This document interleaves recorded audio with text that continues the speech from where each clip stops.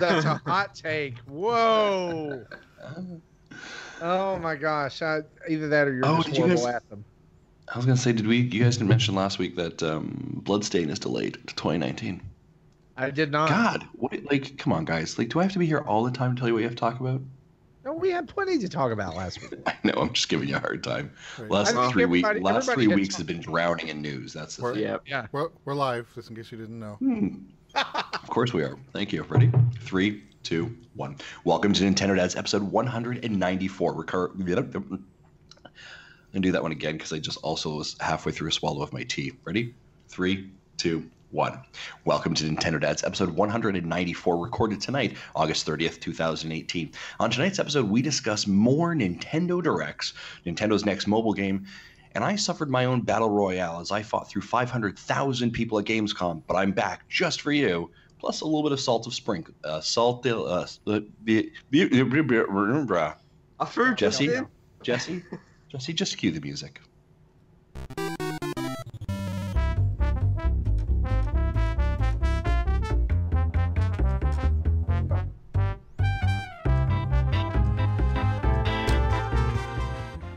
Hello, everyone. Welcome to Nintendo Dads, episode 194. I am Marty Estes, and I'm surrounded tonight by three of the coolest, most wonderful, I'm running out of adjectives, guys, dads, people in the world. We're excited that you're listening tonight, and we are also excited that this week, back with us, Mr. Justin Masson. How are you, bud? I am doing all right, buddy. Yeah, it has been. I was joking about it before, but I think it has almost been about a 2-month hiatus. I think I popped in one time during the summer. I've had visitors with me in Ireland for almost 7 weeks. We have a very small house, so recording is almost impossible at 4 a.m. I'd be just a horrible person to do that. But I'm excited to be back, fresh off of Gamescom, where I smell like schnitzel and beer. So cheers to that. Let's Speaking of a man who may occasionally smell like schnitzel because he got stuck in his beard, Mr. Jesse Waldack. Jesse, how are you today, sir? Yeah, you'll never find me smelling of beer. I can guarantee you that. That's fair. I appreciate that. How are things going for you? And you guys also have your own amazing meat down in the Kansas area. How is it keeping for you? Oh, the meat is very good. I won't smell the beer, but I might smell the barbecue sauce. The meat is very good. We might have already found our first title for the show, folks. We're going to have to maybe vote on that one. Speaking of a man who's also having a huge cup of coffee or cup of tea first thing in the morning, my fellow flat capper, Mr. Gary Gray. Sir, how are you? I'm good. It's early once again, Justin, with me and you suffering the tiredness for the rest of the day. Right? Yeah, my wife said, she's like, what time are you recording at tomorrow? 4 a.m. She's like, oh, good, you'll be grumpy for the rest of the day. That's fantastic. I'll just be asleep. I'm at work. There you go. I work from home tonight, so maybe there'll be some long blinks during meetings. Speaking of man who needs to get his rest because he's got a busy weekend ahead of him, Mr. Marty Estes, throwing back to you, sir. What is good? I'm happy to be alive. It's been that kind of week, right? Wow. That kind of 2 weeks, really. We're in a really August every year is a huge busy season for me, and right. I don't know why, but for some reason going into this August, my brain just forgot that. And though it was busy, I wasn't prepared. I wasn't emotionally prepared for that. Sure. But man, it's great. Been playing some Messenger today, and that has been uplifting of the spirits. And I also today, I need to just do a little sidebar. You want to like chat over here about it? No. I want to say this. I have discovered, as many people probably that listen to our show already have, a restaurant called Cookout here in the States, and that just blessed my heart today. I just want to know. It's like for those who are uninitiated, you go in, you order, and they give you all your stuff in a styrofoam tray that looks like you're going to take it to go. Right. And it's the only restaurant I've ever been to where you can order a double burger for your main thing you eat and have a side of a quesadilla and chicken nuggets. Wow. And a drink for $5. Wow. Wow. Yeah. So, Today, my entire family went in and ate, and it cost us $23. And we left, and we were like, "Oh my guys!" So yeah, like the reason I'm saying this is because I'm hoping that someone who's connected to Cookout hears this and sponsors the podcast, and I'll be their official spokesperson. I'm down for that. I like it. That's fantastic. Okay. You know what I like? I like news. Do you? Several of our folks, that listen to the show say they like news too, and they like it first. So Sure. let's try that this week. How about that? I Jesse? like how you guys have been trying different things since I've been gone, just flipping it around. I love it. Yeah. Hey, you leave, we flip out, I guess. I don't know. Right. Jesse, let's get to the news.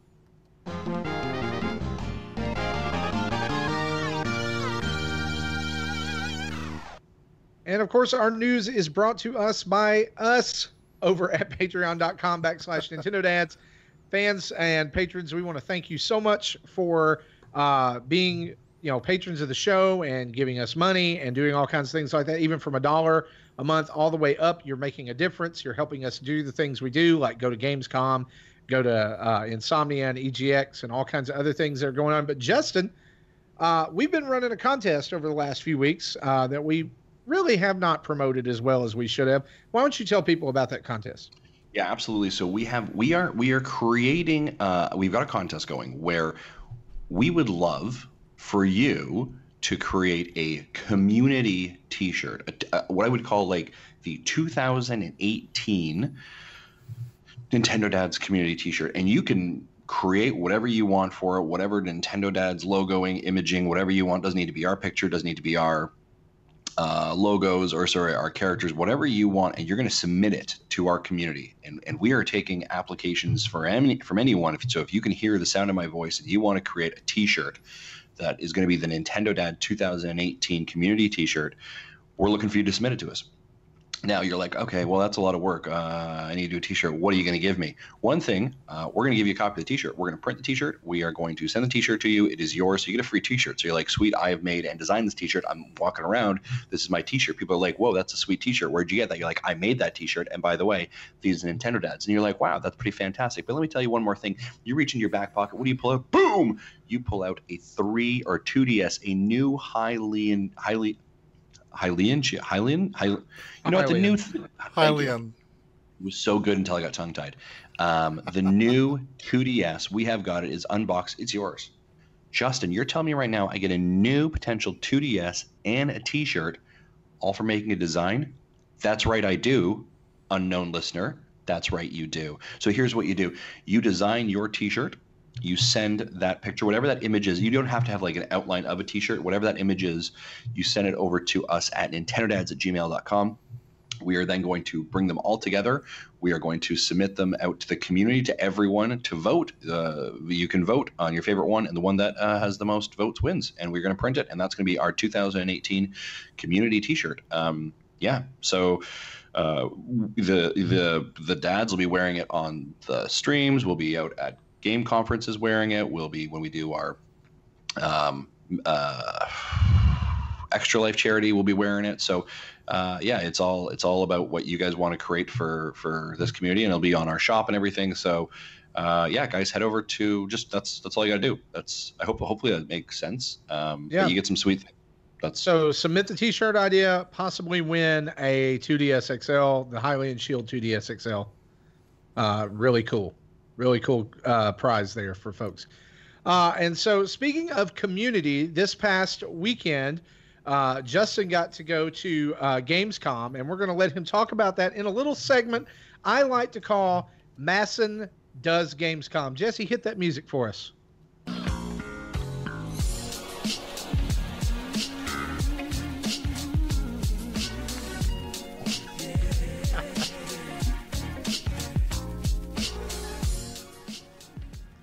I didn't know how long you're going to let that play. I was just dancing here for those of you that are not watching it live. That's fine.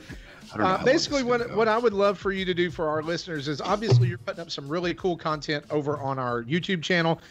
You got to play Diablo 3. You got to play Super Mario Party, which I'm I'm jealous that you got to play that game because it looks amazing. For our listeners and for fans, how was your, like, I guess let's frame it this way. We want to know about your overall experience at Gamescom. Because obviously you've probably got a few more videos in the pipe that are coming out, and I don't want to spoil those, but just, your overall experience, was it what you expected? Were there any difficulties in being there with that many people, language barriers, different things like that? And how was your overall experience at Nintendo at the booth and meeting game developers and things like that? Because I know you did get to talk to a few. Yep. So this whole time, man, it's just yours. And also Gary just got to go to Insomnia as well. Mm-hmm. And as you kind of finish up, let's transition over to him and let's talk about his time at Insomnia as well. Sure. Yeah. We'll lead with the low point, which will be Gamescom. Then we'll transition to Insomnia, right, Gary?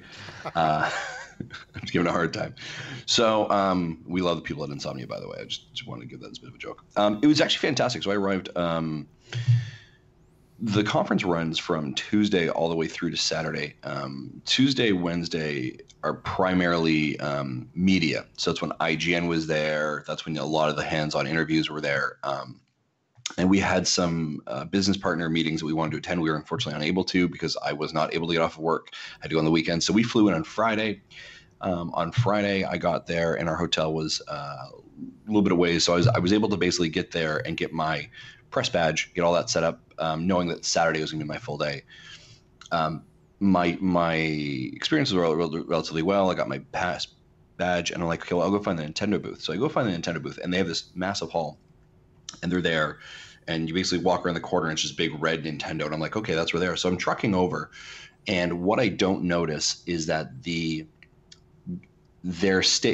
booth is elevated off of the floor by a little bit of a lip.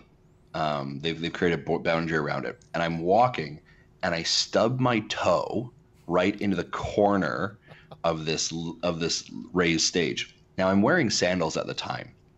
So I just stubbed my toe and I'm like, okay, that kind of hurts, whatever. And I'm starting to walk around and I'm starting to feel something very wet underneath my toe.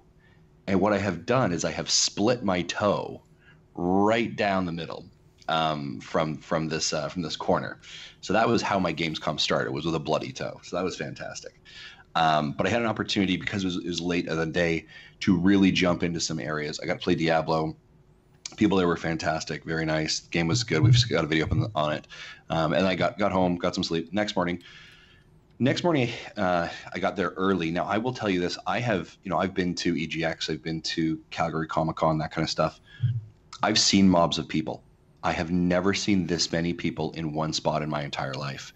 And I got a press release that they said that over the time period, they had 500,000 people go to Gamescom. Wow. And I was lucky enough to be media, and I got there about 9 o'clock, or just before 9 o'clock on Saturday to go play the games. And I said to my wife, Jody, before I left, I said, I'm hoping to here's a little list of games I'm hoping to get through, but we'll see, because I know that Smash will be queuing basically all day. And they had a media entrance that allowed us to get in instantly even before the doors opened.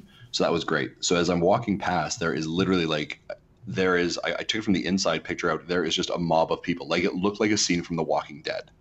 Like, if that gate broke, we were all going to die. And I was like, wow, that's a lot of people. And then I turned the corner inside and there's another mob of them sitting inside, all barricaded back. And I'm like, there is so many people here. I don't know how to deal with this. If you were claustrophobic in any way, if you could not deal with crowds, this was not a place to be. I was incredibly crazy about that. I went straight to the Nintendo booth and queued for Smash Brothers, and there was 4 people ahead of me, and they were all media waiting. So the moment that 9 o'clock started, I was already in line at Smash playing it. They had markers on the floor for Smash that basically said, if you are here, it is a 2-hour wait. Wow. If you are here, it is a 3-hour wait. So that was incredible. Their booth was always packed. Nintendo's was absolutely packed. Your question about the language barrier, language was definitely an issue for me on a couple things. I had a chance to play Wonder Boy, and I was playing through it, and all the text was in German, and I don't read German. And so I was stuck in this area, and I said to the guy behind me, I said, I don't know what I'm supposed to be doing here. And he's like, oh, you don't speak German? And I was like, no, I do not. This is definitely not a German accent at all. So he kind of quickly flipped in there and switched over to the English, translate to English. And I was like, thank you, appreciate that. So that was really great. So yeah, I played a bunch. The Nindies booth there was about 8 different games there, and that was like just you walked up, and the guys were like, "Which game do you want to play?" And I was like, "Well, which ones do you have?" And so he told me the list. I was like, "I want to play that one." He's like, "Yeah, okay, it's free." Boom. So there was almost no wait time for Nindies, which was fantastic. There was a long line wait for Star Atlas. Finally got to play that one. That was actually the game I waited for the longest. Starlink Battle for Atlas. And I think the reason is that when they got you there was only 4 stations, and they had to walk you through every step of like, now you put your player in the Joy-Con, now you put your ship on, now you put the wings on. Like they had to build it, so that was quite a long thing. I got a chance to play Super Mario Party, as I mentioned before, and the funny part was, being I was only there by myself, so I was standing in line, and this woman who's kind of like queuing everyone kind of looks to me and she goes, "Are you a party of one?" I said, "Well, yeah." She's like, "Okay, come to the front of the line." I was like, "Yes, front of the line, excellent." So I was at the front of the line, and she's like, "Okay, well, you're going to be with these 3 people because they only have 3, and then the demo station's worth 4." So I jump in there, and so the lady's like, German," and so the 3 people are like, "Yes," and then I'm like, "Sorry, English," and so she goes, "Okay, I will tell the instructions to these people in German, and I will tell you in English." And I was like, "Okay, that's fine." And so there's these 2 kids and this one probably 20-year-old standing beside me. And so she's telling them the things in German, and then he would like lean over and translate for me. But like everything she was saying was already on the screen in front of me that I could kind of figure out from the motions that the game was showing. Like he was like, "And then you tilt your controller forward to move forward." And I'm like, "Yeah, the picture in front of me is showing me that. Like I'm not like, I appreciate what you're doing here, but I'm not dumb. I've got that." But I was like, "Yeah, that's very kind of you. Thank you so much." So it was kind of a fun experience there. Trying to think what else. I did have an opportunity to sit down with the team over at Rain, and they're the ones who did Teslagrad, World to the West, and Mesmer, which are coming out I think next year. They were mentioning, and also they're the ones that are supporting the Inky Pen Comics app. And I had an opportunity to sit down with them for an hour and have a conversation about their process, about the world that they're building, and they were just really a super cool people to hang out with and understand their challenges, I think, as a team, how their team works, what the universe is that they're building, and then also to talk about how they got this new app onto the Switch. Right, it's not Netflix, which I think we all thought was probably coming first, but the kind of appetite for this comic book app, and so it was a really cool experience. If you ever get an opportunity to go to something like Gamescom and EGX, it is so amazing to be at a place where so many people are passionate about the same thing that you are. Do you know what I mean? Like there is just this reverence about it. And the thing that I love the most, and I'm seeing it more and more, and I think, Gary, you and I saw it at EGX last year, I saw it here a lot, is I see a lot of parents with their kids. I see a lot of grandparents with their kids showing up, and they're like, "I don't really know what this thing is, but you're really excited about it," right? And we were in our hotel, and I was getting ready to head to Gamescom for Saturday, and these kids, we just had breakfast. I was coming back upstairs to get something from my bag, and these kids like run past me, and I hear them like they're not speaking English, but all of a sudden I hear Gamescom, Gamescom, Gamescom, and they're like just yelling down the hallway, and so they were just so pumped for it. And the great thing about Cologne is that their entire city basically supports this thing. There's advertisements for it everywhere. There's banners for it everywhere. As I'm sitting in the hotel, there are people behind me who is part of a dev team for one of the huge games there, right? And just like everyone you're walking around, you're seeing them with their wristbands or their lanyards. It's like the entire city says, we're video games and we want everyone to love them. That really sounds like the way that Indianapolis does for Gen Con. Nice. Which is like this side of the world, the Western largest board gaming convention, and then they have crowds like that, and they have like banners and things on the floor when people are getting off their flights as a welcome to Gen Con, and all that stuff. So man, it sounds like you had an excellent time, except for the stub toe. Yeah, it was absolutely fantastic. Right. It was great to play. So just a quick list of the games I played: Mario Party, Diablo, Smash, Killer Queen, Travis Strikes Again, Starlink, Moonlighter, Everspace, Monster Boy, The Gardens Between Wargroove and Planet Alpha. So let's do this, okay? I think this might be a little fun. I don't know that we've ever done anything like this on the show, at least not that I know of. Let's do a little word association. Okay. All right. So I'm going to call out the names of these games and just what you think, because again, you are putting out a lot of videos. Yes. And we don't want to spoil that because we want folks to go watch them. But I think this will be fun. So let's just go down this list, some of the lists that you just mentioned. So word association, Starlink. Meh. Okay. Super Mario Party. Yahoo! Wargroove. Marty's game. Diablo 3. Really? Wonder Boy. Yes. Smash. Heck yes. Okay. Killer Queen. Who Wants to Party? Garden Between. Artfully Amazing. Everspace. Something's there. Okay. These are good. This is good. Thank you for that. Sure, you're welcome. So I would say, I'll throw a couple things in there. For Wargroove and Everspace, Marty, you need to keep those on your radar. Oh, yeah. As I was playing them, both of them were, this feels like a Marty game. Wargroove is, if you like Fire Emblem, Wargroove is it for you. I do, but to me, it's more like, is it... Okay. Have you played Advance Wars? No. Okay. Do you know the concept of Advance Yep. Wars? Have you seen it? Do you know? Yep. Is it more Advance Wars or is it more Fire Emblem? I feel like it's more Advanced Wars. Good. Thank God. That's my feeling of it, at least, right? From not Okay. playing it, but only seeing demos of it. Right. Yeah. So you didn't play Wargroove. You just No, I did watched play it. Wargroove. I played Okay. Wargroove. Oh, okay. So you're saying Advance Wars. Sorry. Yeah. I got confused. Anything else you want to say about Gamescom?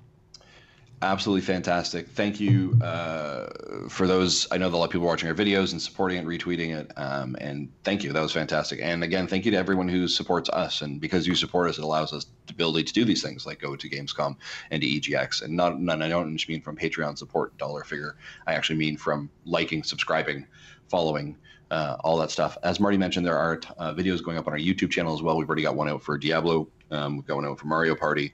I'll be doing one out for what my favorite indie games are of the show. So we'll talk about that as well. So yeah, that was Gamescom. It was absolutely fantastic. Had an absolute blast. Yeah, and while you were there, Gary was at Insomnia, and I believe it was it Insomnia 63? It was Insomnia. Do I get some music for Insomnia 63 as well? Yep, Jesse Q is music. Pew, pew, pew, pew, pew, pew. There it is. That'll do. So tell us a little bit about your time at Insomnia. Yeah, so Insomnia is kind of a strange gaming festival, really. It's more bring your own PC, play your own PC games for a weekend in the dark, which is kind of strange. But that is what half of Insomnia is. It's like this basically lock-in of PC gamers, and the rest of it is sort of an exhibition floor. So you've got you got new games there normally. Xbox don't show up, but PlayStation and Nintendo normally do, as well as the Tentacle Collective, which is an indie zone by Payload Studios. They normally turn up to that as well as Robot Wars and Drone Racing. But this time it was Drone Football, which is strange.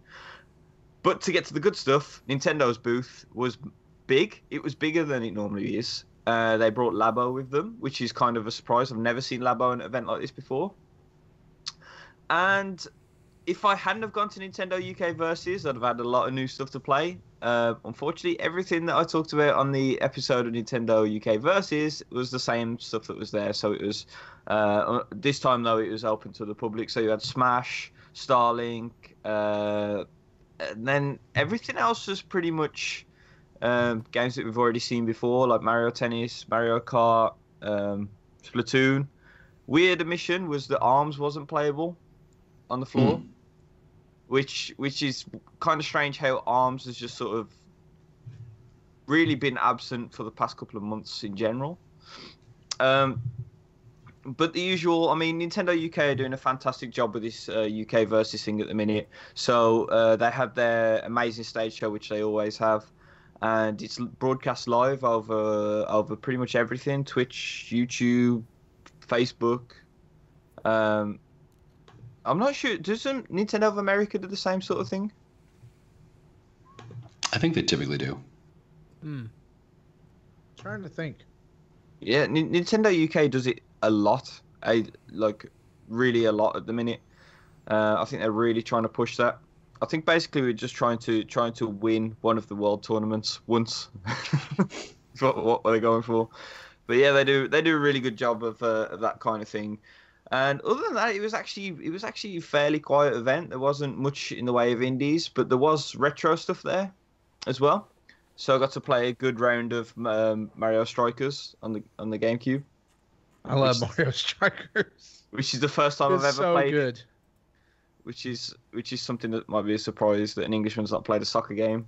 But let's just say that Wario's taunt in that when he wins is horrifying. It's both really funny and horrifying. But we won't go into that too much. What? Who is this? Who's just turned up? Oh, A surprise guest. He's dressed snazzy. Very snazzy. I love it. And he brings an echo with No. him. Ladies and gentlemen. No, No, get it's- off. Ladies and gentlemen, welcome back to the show, Mr. Zach Erickson. Zach, how you doing, buddy? What's going on, everybody? How you doing? This is awesome. This is a great surprise. It's good to have you. Yeah. You know, when it's convenient for me, then I can do it. Apparently. 48 minutes into the show. Hey, but no, look, we're not going to hold it against you. We're No, just hey, no worries, man. No. No, we are right in the middle of Gary talking a little bit about his experience at Insomnia 63, and then you know what? We're going to skirt over and we're gonna put the spotlight on you for a minute. Oh, geez. See what you've been doing. So Sure. So Gary, please continue, man. Yeah, other than that, I don't actually think there's much else to say with Insomnia. Starlink was actually surprisingly very quiet to me. That's not surprising to me. But me and Justin are going to have some fallouts over Starlink. Yeah, your grumpiness has already started for the day. But yeah, they had their own booth there as well, and that was quiet, which was strange. But yeah, other than that, it was a very quiet event. But we're going to EGX next month, which is normally the big one with a lot more games normally playable. So I've got that to look forward to. Very cool. Very cool. Hey, you mentioned retro, and I know this has nothing to do with Insomnia, but I put out a call to our fans on Twitter and my friends a few weeks ago, and I said, hey guys, help a brother out looking for a Game Boy Micro. Guess what came in the mail this week? No. Yeah! Oh What? yeah. Oh yeah. Just like nothing. No, I paid for it. Or I am paying for it. Tim, our community manager, Tim Off, actually helped me find this. Went and tried it out and picked it up for me, Dude, that's just to be amazing. sure. And you know what it came with? A love note from Tim. Well, I mean, it pretty much was when I got it, and it came with Final Fantasy IV Advance and Mario Kart Advance. Wow. Oh my gosh. Yeah. We robbed this guy. It was, it was cool. That's crazy. Which is awesome because I've never played the Game Boy Advance version of Final Fantasy IV. It's one of my favorite RPGs. So I'm actually working through that right now. Yeah, they added extra dungeons to the end of that game. So Can I tell you something though about this Game Boy Micro? Nothing will make you feel more like the giant fat guy you are than playing a Game Boy Micro. Because you're like, like playing Mario Kart. And I feel like which is why I like the XL systems. Yeah. But I love it. I love this thing. It's the only Nintendo system I've never had. There it is. It's in my hands. That's amazing. Thanks to I'm our so jealous. Next stop, Virtual Boy. No, I have one of those. What? Oh, that's awesome. We'll talk. Hey, we'll talk about that some other time, though. Speaking of awesome, Zach Erickson, stop. man, How's it how going, are man? you? Like, give us an update, man. Tell us. I know this is like, but you are news right now. Please I am? understand. Show us Oh, news. Don't Yes. stroke his ego anymore. Honest to No, he needs us. Oh, keep No, going. Keep going, He please. needs it every now and then. You know that. So, man, Yeah. how the heck are you? Tell us how you been. What you been up to. I know fans are eager to hear you. So. Oh yeah, it's no, just your time. I've just been very busy. I been playing some games, mostly indie games. yeah, just doing the whole thing with like just it's crazy with my family. I don't know, it's weird. It's just been a lot of like summer has been a lot of family, a lot of working, and a lot of squeezing in games when I have the chance. Like it's funny because it's like it is very much I feel like I've settled in more into where probably a lot of the listeners are actually, where it's just like, you know what? I'm literally just like working and family stuff, and squeezing in game time when I can. So, right.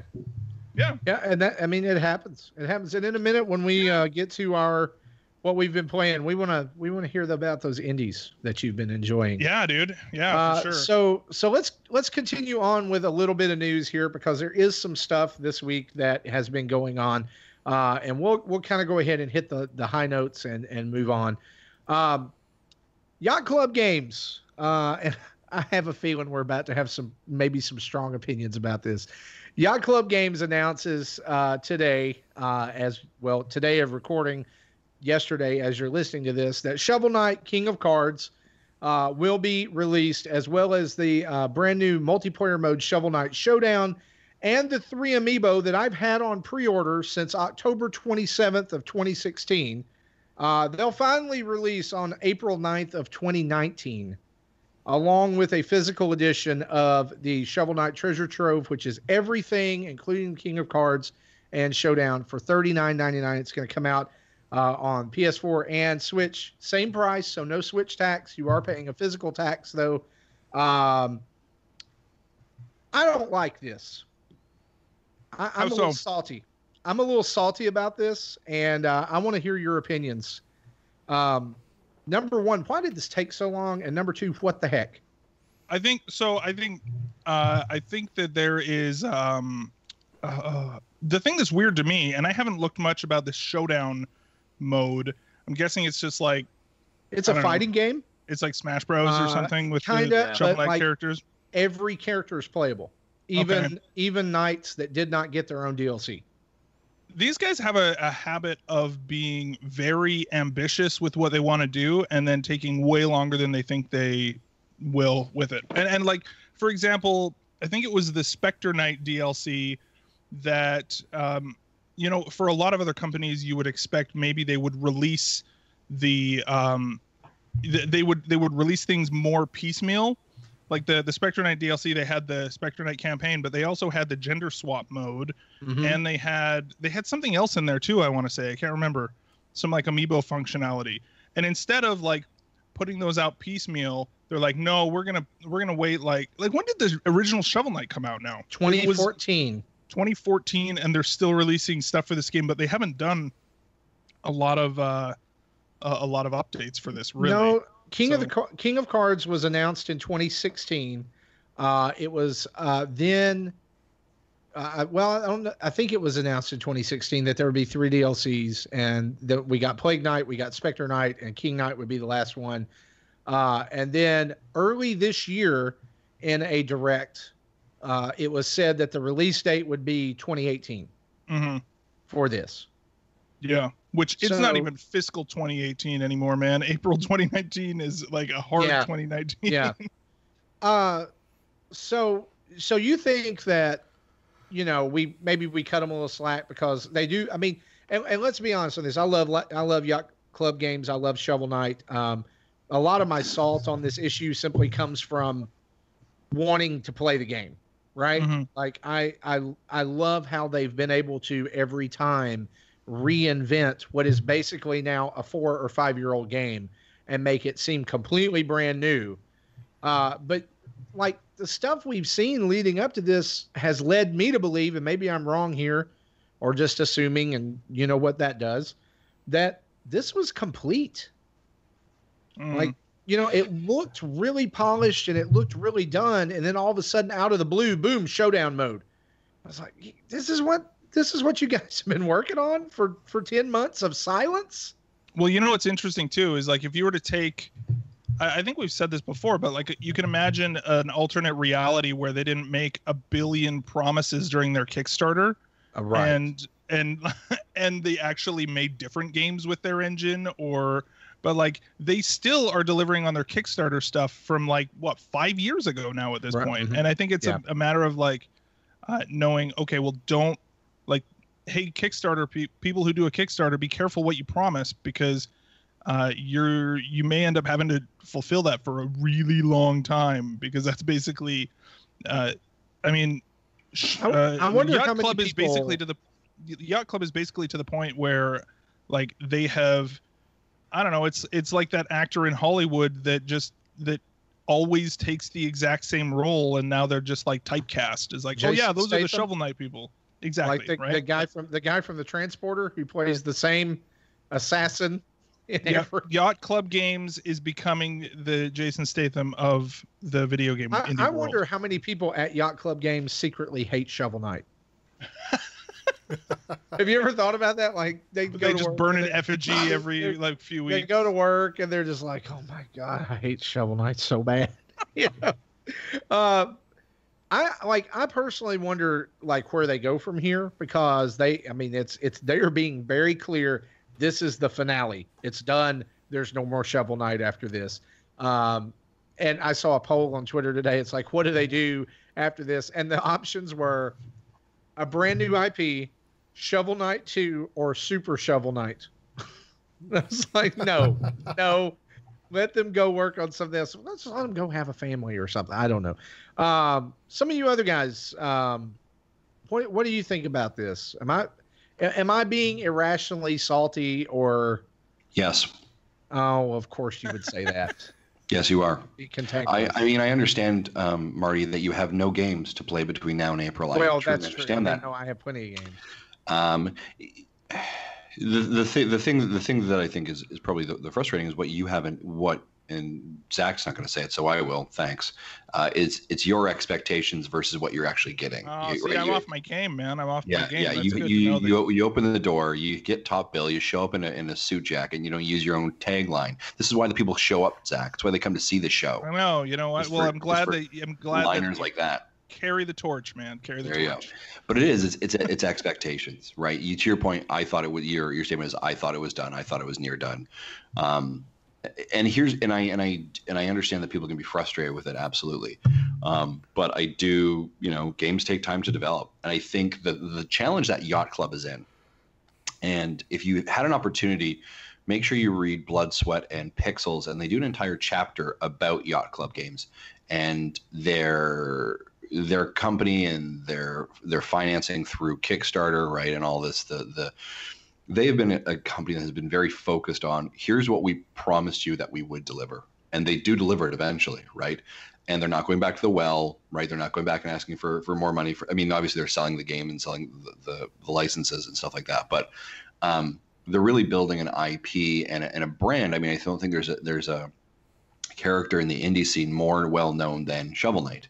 Right. He's in almost every indie game possible, right? There's jokes about him being in games essentially now. And he's even a trophy in Smash this year. It's trophy in Smash, right? And I think that when you're trying to build that infrastructure, you need to take your time to do that. And I think that they very much know what they're up against. And I think that the challenges of meeting those rewards, I think it sucks that, you wanted it a while ago and you've paid for it so long ago. But we're used to big games being delayed.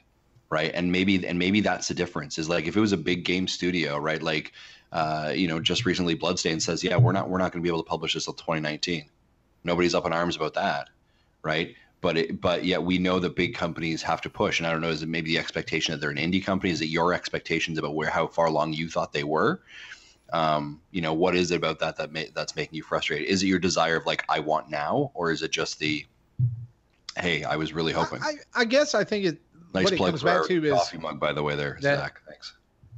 The Shovel Knight was like the first Kickstarter video game to show this is how you do it, right? Mm-hmm. It was this versus Mighty Number 9, and it was like Trainwreck versus Kingmaker, right? So seeing this game and being promised all this DLC, which I was not a Shovel Knight Kickstarter backer. I got in. I was too late. I just didn't I didn't know anything about it until it was done. So I bought in, when it initially dropped on the Wii U, and then double dipped for Treasure Trove. And so getting the DLC, like it's been so well done every time. Like I guess part of it is the disappointment of I was hoping this would be out now. Sure. You know, like there's been 10 months of radio silence, and then all of a sudden it's back, and we have Shovel Knight news.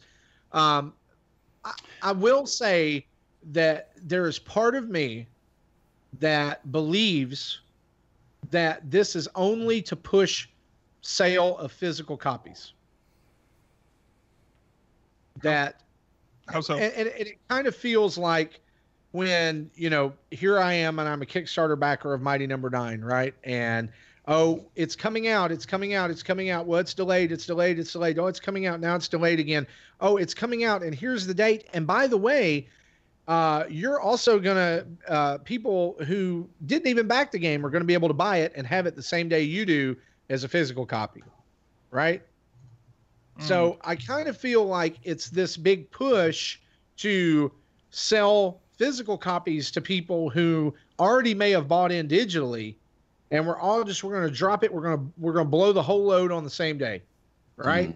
And the focus is get as many physical copies out the door as possible, and get some revenue that way.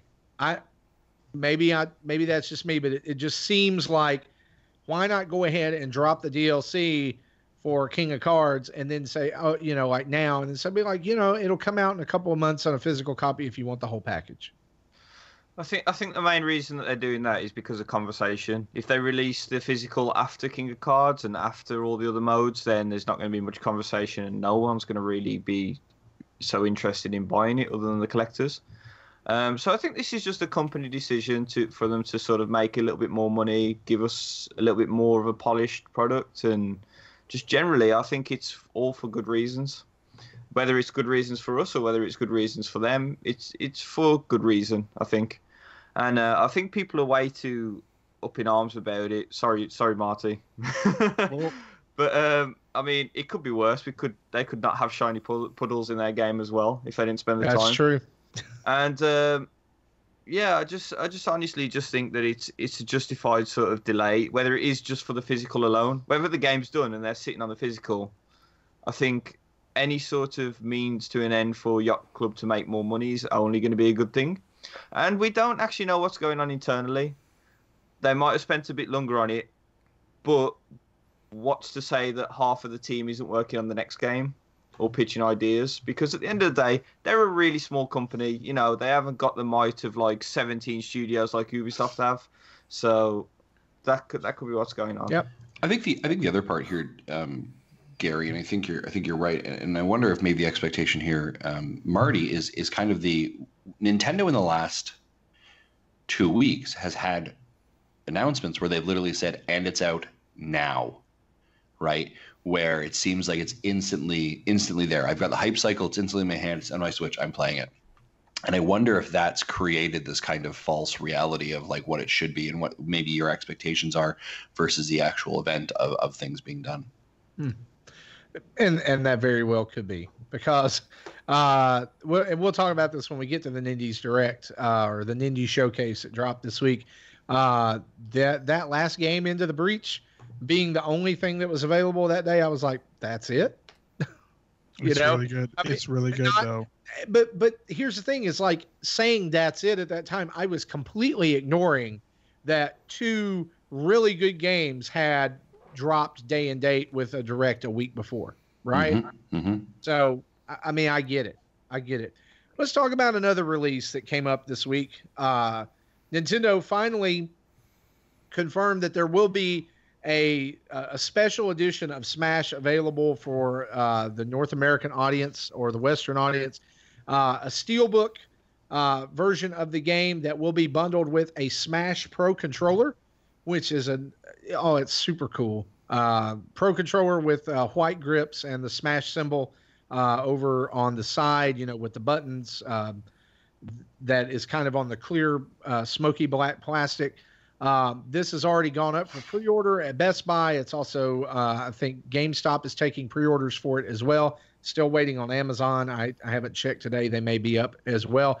But this edition of the game is going to be $139.99.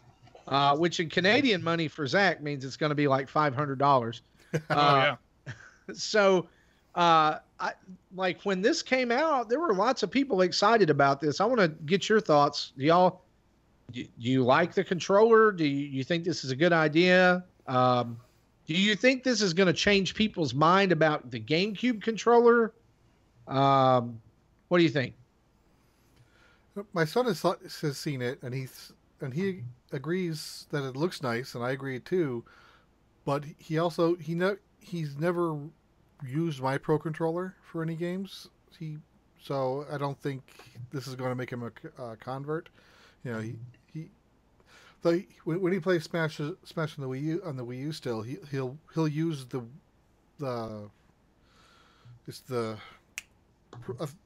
Wii Pro Controller, like the Pro, not the Pro. I forget what it's called. It was not the original controller that attaches to a Wii remote that looks like a bloated Super Nintendo controller, but the classic Pro with the grips on. The classic controller Pro. Yeah. That's what it's called. That's what he uses most of the time. So obviously that's not going to work for Switch. So, but I think he is planning on getting the GameCube controller and adapter because he does have a GameCube controller shaped controller that attaches to a Wii remote, and he runs with that as well. Okay, Zach, Justin, Gary, any interest in this from you guys? I would, except I've already pre-ordered the GameCube controller and adapter. Plus the Pro controller, I'm going to say it now, the D-pad's horrendous on the Pro controller. It's awful, and that's one of the reasons why I probably won't buy another Pro controller. Even the fixed one? I haven't played one of the fixed ones. Well, my brother's got the Xenoblade one, which was the one that was supposed to be fixed. It doesn't really feel that much different to me. So I don't know. I'm a bit unsure about them still.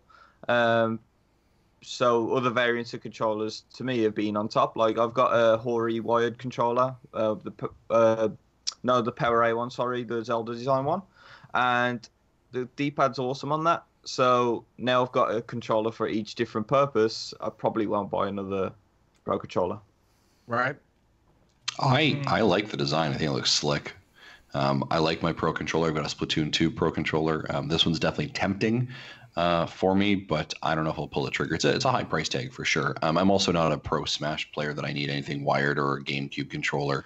I was thinking about getting a wired GameCube controller just to try it out because I never had one because I missed the whole GameCube era. So that one's more kind of on my radar than this one is for sure. And I think the price point is definitely lower. Also, I do suspect that we are going to get a set of Joy-Cons that will be customized as well. So I think that will be part of an announcement. But it's interesting that this is, we are. So last year, was it 3 Pro controllers they did? Right, 3 Pro controllers because it was the Splatoon one, it was the regular one, and the Xenoblade, right?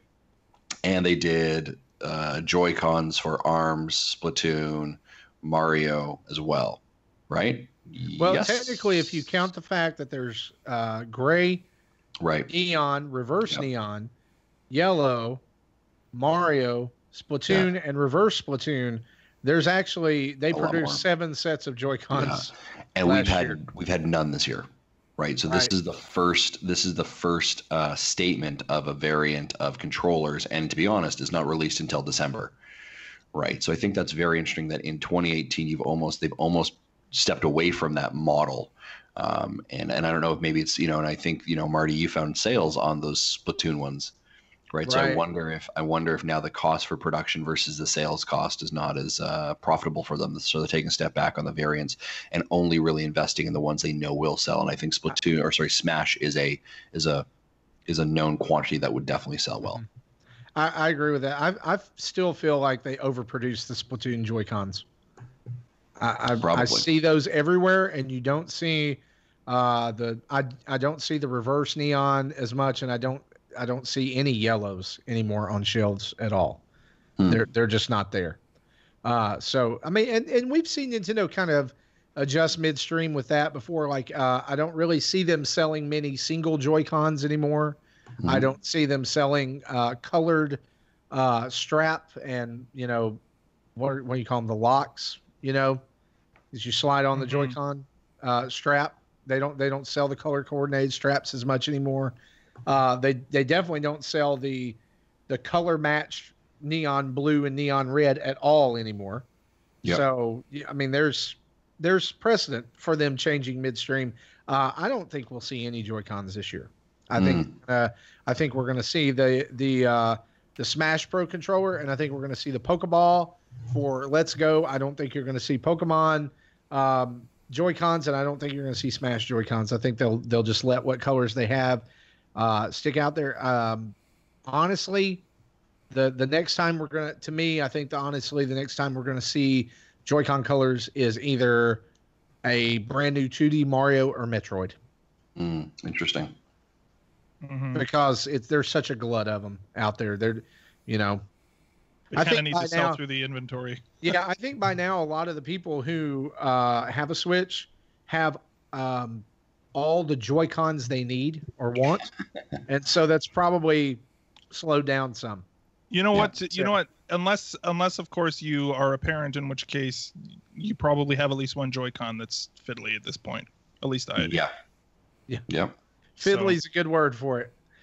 I had my left blue Joy-Con was messed up. It had the drifting issue, and I went in and did the recalibration, and it fixed it. And I could have sworn I'd done that before, but now this time it's absolutely perfect. I don't know if it was just my fault or didn't calibrate it right the first time. My son has a drifting issue sometimes. If he just does a quick flick and then it'll start drifting, so I'll ask him to do the calibration, see if that helps. Yeah, it's I mean, do an update and calibration, because you have to update the firmware on those Joy-Cons. I think he's updated, because I asked him to do that before, and he said that didn't help. But I forgot that he can also calibrate it. Yeah. Well, speaking of updates, Nintendo dropped 2 presentations on us this week. The Nindy Showcase on Tuesday, and then followed it up last night or Wednesday night with a presentation, about a 13 to 15 minute presentation on their brand new mobile IP, Dragalia Lost. Let's talk about Dragalia Lost first. I'm going to be honest with you. This is not my cup of tea. I didn't even watch this because I tend to avoid mobile games like the plague. So I don't know why, because I just love games. I've got several, on my phone, and mostly on my iPad. I play board games through apps that have been released. But did anybody watch this? I totally did. I watched it. So give us your thoughts. So it looks like I don't know if it was a rumor or just people speculating that they were trying to make like a Zelda game for mobile. So it basically, imagine like the gacha mechanic that is in Fire Emblem Heroes, and then take maybe like a slightly different version of the DS Zelda mechanics. And that is, I think, how I would describe this game, if that makes sense. The premise of the game is that you have characters, and there's like basically the same Fire Emblem trees of like, but they're elemental instead of weapons. So there's like weapons, and then there's like elemental magic stuff in there, and then there was a third one, like a support type or a class, basically like attack, support, whatever. But then you can also collect dragons that your characters can turn into. So it I don't know. It seems like a Xenoblade 2-ish gameplay style. You take, a character, merge it with a dragon, and now you have additional abilities, kind of similar to the Blades. Okay. Yeah, that's a good way to describe it. And I think, I don't know, it looks very like, I think the vibe that I get, honestly, is like a puzzle, and it's very Japanese mobile, like Puzzle and Dragons kind of thing, maybe, where like that kind of gacha mechanic as well. But I don't know, it's interesting, but I don't like. I'll definitely play it. It all is going to come down to how fun is the actual gameplay, and that looks honestly like a Diablo or like a top-down Zelda sort of gameplay experience, which is either going to be really good or really boring, and I don't know which one at this point. It's hard to tell. I don't know if anybody else saw Is it? What did they announce a pricing mechanic for it, or? Oh, it's got to be free. It's almost guaranteed free to play. It'll be like Fire Emblem. Free to start. Free to play up until you get hit with a paywall. Then you can't advance further until you buy, whatever the premium currency is, like the orbs in Fire Emblem. It'll be something else in this, where then you turn it, pay them to do the gacha mechanic to try to get the better warriors to advance past where you're blocked. Yeah. Mm-hmm. Yeah, I don't see this being anything more than free to play, and they're going to make $70 million on it, because their mobile revenue for Fire Emblem and other games has just been ridiculous. So I see this being an important strategy for Nintendo. This kind of game just does not grab me. I would be way more interested if they were following through on like the Mario Kart game or whatever that is. And of note, Zach, earlier you said something about fiscal year. That's still supposed to come, fiscal year 2018. Am I right? Mario Kart? I thought that's what they said. I think so. When I saw there was a Nintendo Mobile Direct, I was almost guaranteed. I was. It's fiscal year 2019, which for them is by March 31st, 2019, folks. So let's just pump our brakes there a little bit. You've got at least 6 more months before they have to produce something. If they're coming out here in September, I would suspect you're going to see this in either the end of this year or in the first couple of months of 2019. So I wouldn't be.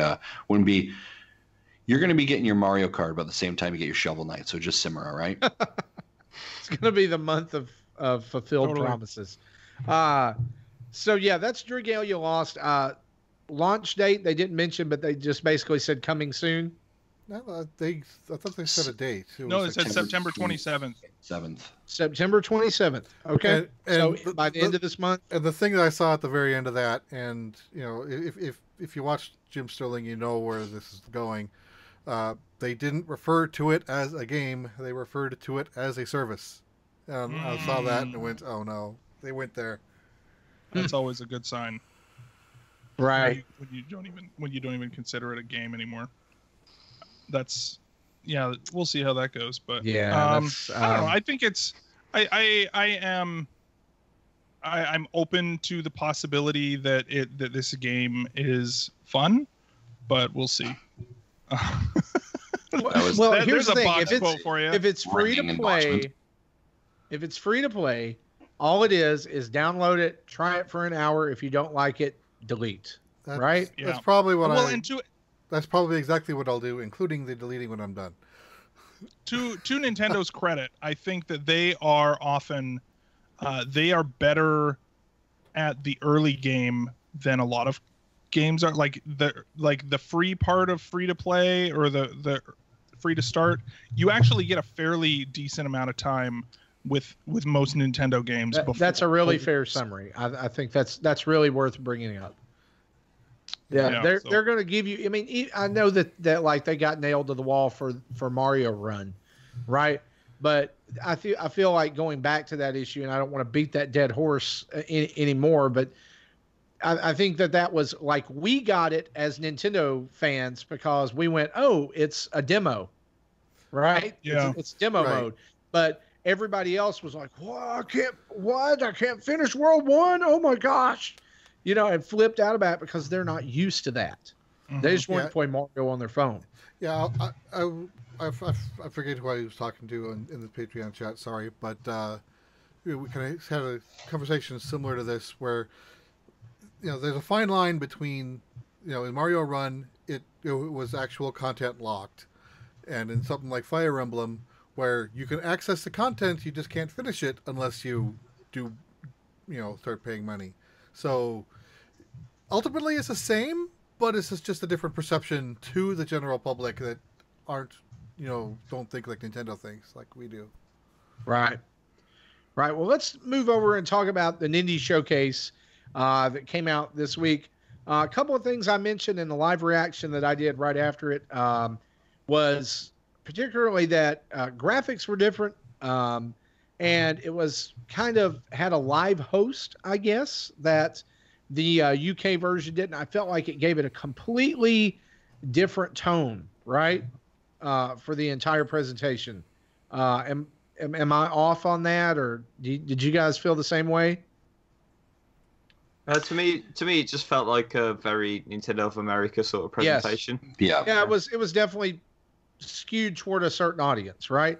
And it was mentioned very early on. This is part 2, basically, of the presentation, and so we're going to show everything. We're going to show is brand new, and so without rehashing all this, and people have had all week to talk about it, I thought what would be fun would be to talk about our highlights from this presentation. I know that several people, including myself, and again, should have followed Zach's advice: high hopes, low expectations. A few people were whelmed by this, or maybe underwhelmed, but there was still some good stuff.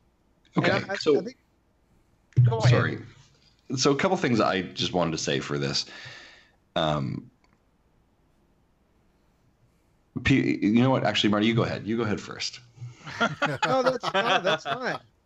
No, Mr. Masson, the floor is yours. Well, I was going to say, like, the amount of people that were like, oh, yeah, Nintendo's Indie Direct is just going to rehash everything they said the week before. I had a Twitter argument with somebody. They're like, 99% of it's going to be the same. They're going to do a different voiceover to be North Americanized. You know what? Nintendo no longer works in a vacuum where they think that you don't understand what's happening around the world, right? Like, this was definitely going to be a second part, right, of a larger series. And here's the other thing I would say, but people are like, well, it doesn't for me. There were 25 games announced in less than a week, right? So there is a ton of content out there. And I guess, if you didn't like last week's, here's an idea. Go to YouTube, watch the week before, you'll find something. Right. I think that there's a ton of content out there, and I think there's a lot of good content out there as well. I think it's just I just kind of shake my head when people are like, well, that didn't meet my expectations. Where's the Nintendo Online information? Where's more information about Smash? Literally this month they have given you 4 directs. Shut it. Right. Like, I loved all the people who each one they were clear on what the subject was. Yeah. Right. Sorry, Justin Salty.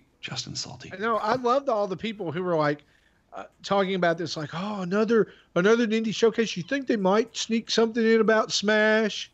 You think we might hear about online? No.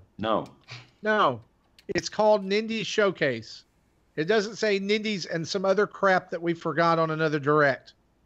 It just, that would be the best title, though, would it not? I would love that. Here's some random crap from Nintendo, so you will shut up, Internet. Nintendo Direct. We found this in the back closet. Thought we'd share it. No, shut up. It's just Be Real of Reggie and Bill being stupid, eating donuts, and being menaced by yokai. That would be awesome. Yep. I'd watch it. I'd watch a web series about that. Losing their 3DSs again. Yeah. Where's my 3DS? Sorry, that was a bit of my rant. I'll stop now. No, that's fine.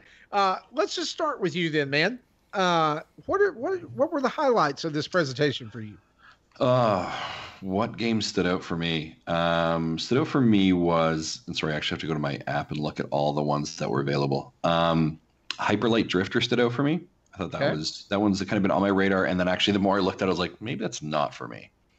Towerfall looks interesting. And it's done by the same people as Celeste. Interestingly enough, I just finished Celeste, so it was kind of like that, scratching that itch. But I need someone to tell me, is Towerfall just basically a party game? Yeah. Or is there an actual it's one-player? It's like a Smash style. It is, but there's like there's a 4-player co-op with 400 levels. Okay. Yeah. So that I would assume you can play that by yourself. Right. So that one's definitely like I think looked good, but the thing is, like, I don't know about you guys, but I struggle with some of these like party games. I don't have, like, this sounds really sad, I don't have a lot of friends here in Ireland. Right. So I'm not like, hey, 4 people come over and let's play Smash or let's play this game together. right? So I'm like, and will my kids enjoy it? Probably not.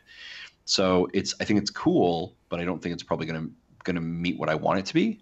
And when I have games, other games, I think that's a change for me.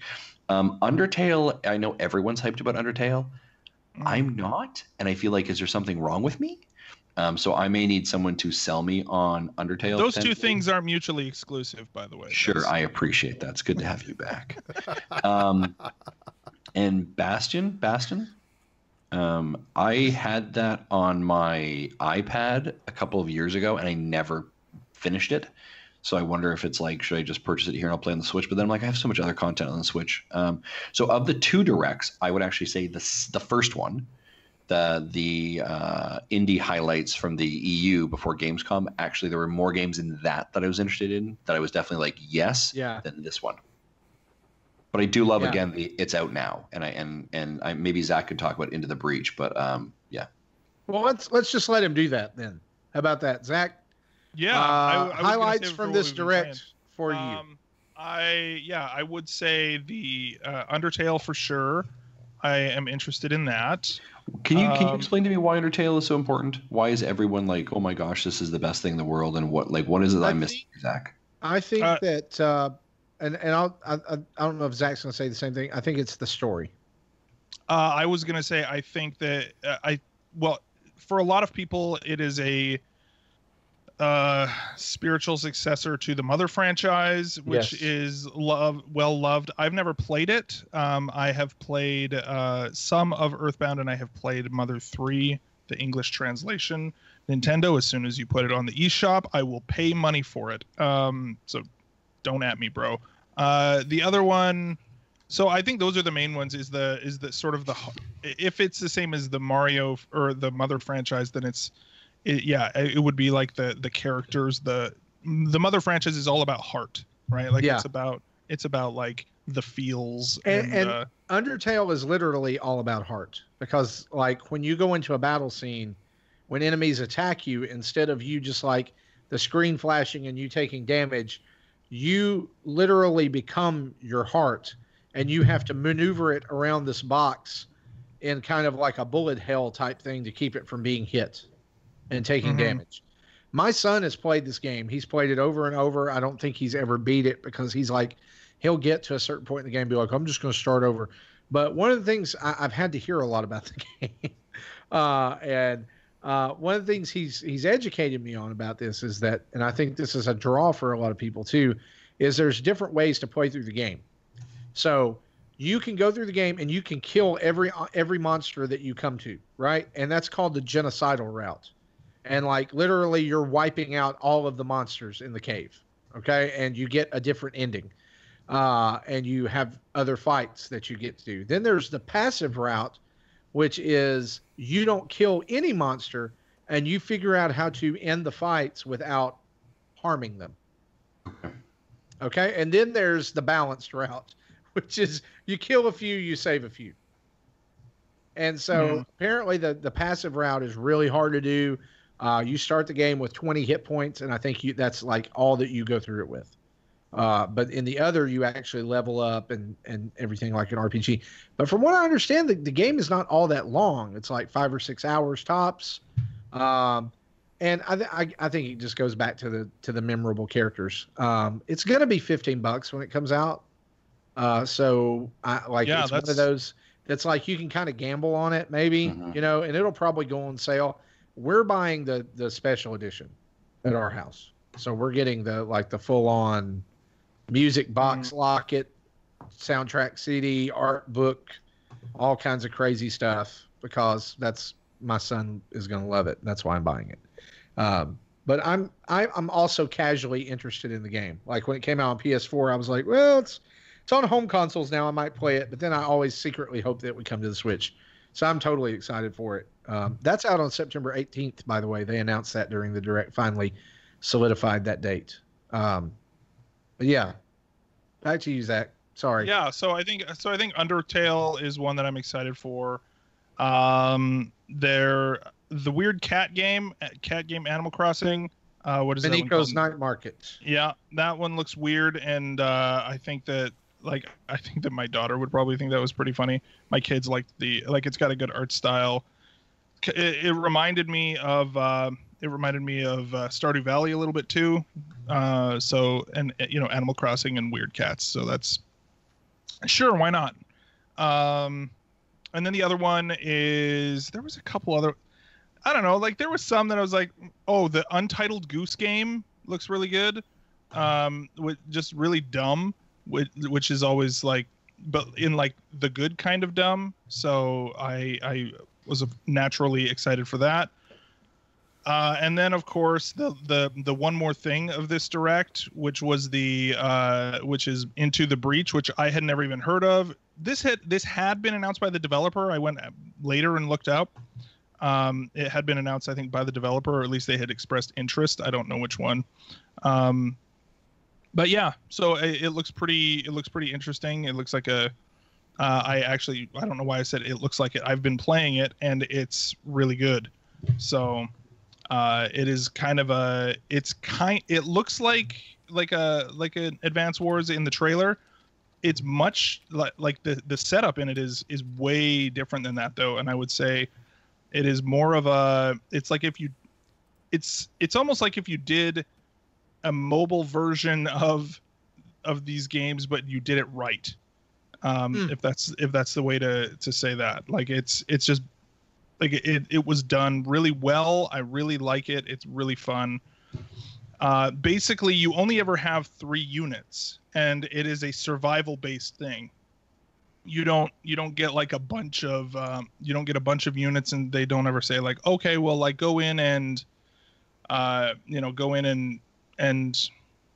shoot, why are my words failing me? Like destroy all the enemies. It's always, yeah, you have 5 more rounds until victory. You need to survive, and then they'll give you like little bonus goals and stuff like that. But yeah, and then you can it's a roguelike, so you basically will go through these different I don't even think they're randomly generated. But there's like a certain handful, like I want to say like each of the 4 islands has maybe half a dozen to a dozen different scenarios that you would have to play through. And it's randomly assigned. And as you play through multiple times, you'll get resources, and then you can buy new teams of units, or you can upgrade your units. You can upgrade the pilots so for example, I'm playing right now and I have a dude who's like leveled all the way up, and he's piloting one of my units. And so he has a certain number of like resource points thrown into him. And whenever he pilots a vehicle, the vehicle is more powerful. And the guy you can send, if you lose at the end of your sort of run through of the game, they say, oh, it's time to go back in time and save again. And so you can send one of your pilots back in time again. Which is again, a really interesting mechanic of like, you have some thread of persistence between run throughs, but also you're playing through multiple times, and it's really interesting. Like there's some time travel in there. Like I won't get too much into the story, but it's a really good game. I think it's got lots of great reviews online as well. And it's the scary thing about it is like, I wouldn't say scary, but it's like, each level is like 5 minutes. So all of a sudden you've played the game for like 3 hours and you're like, whoa, wait a minute, what have I just done? Right. So it's really fun that way. I thought it was really neat, the mechanic that they showed off of being able to like, for lack of a better term, terraform the world. Yeah, like so that's one break, of the break dams and knock out cities and mountains and. Yeah, absolutely. It's definitely one of the. It's got a certain degree of. There's just different stuff like that in it for sure, and I really am enjoying that. I wasn't interested at all, and then you said roguelike, and so. I know. And Zach, you have got a video going up on our channel soon of our Let's Play of it, do you not? It is uploaded. I just have to put all the tags and stuff in. So yes. Beauty. Very cool. I'll have to check that out. Anything else stick out as a highlight to you, Mr. Erickson? Those are the big ones. Yeah. Okay. Gary, what about you, man? Untitled Goose Game.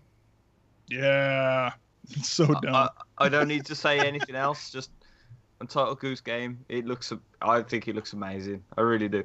And it's one of those things where everyone's had that encounter with an animal that is just horrible. Like, and I think it's fairly well known worldwide about geese. Oh They yeah. are nasty. I'm expecting like the boss fight to be like a swan, which is the only other park animal. Geese really are like the jerks of the animal kingdom. Yeah, they're horrible. Yeah, And I other than love how they say it. It's like the town is peaceful, and you are a horrible goose. Yeah. been I told can't that. wait for it. So that's the highlight for me. Yeah. Yeah, there's a few other things here and there, but that's my standout really. Okay, Jesse. Okay, to be honest, I still haven't had a chance to actually watch this thing. The only information I have is in the press release. So, quick question: on the bottom of the press release was a list of additional games, and we've mentioned a few of them like Bastion and Undertale. Was everything here listed or mentioned? Or What not they always? did was they did a kind of like a sizzle reel right before they revealed Into the Breach. My personal thought on that was there were some games in there that I felt like they should have swapped places. Yep. Okay. Well, was there- everything here mentioned or? let me look. Okay. Messenger, yes. Bastion, Wasteland, Undertale, Lightfingers, Super Brothers, Jackbox, Transistor, Desert Child, Dragon Mark for Death. Yeah, all of that was mentioned and shown. Okay. So yeah, obviously Jackboxes I'm looking forward to. Yeah. Then I was going to mention Dragon Mark for Death. We finally have a release date to that. That was like in last year's Nindies Direct. Mm-hmm. And then another thing that caught my eye is scrolling up here, Zarvat, which I think was a game originally announced for the Wii U almost 3 years ago. Oh wow, dude. Because I've had it sitting in the to be determined section of our future games list for a long time. Yeah. It looks like imagine Death Squared, kind of like that, except you're trying to like it's like you're trying to cheer up one of the other cubes.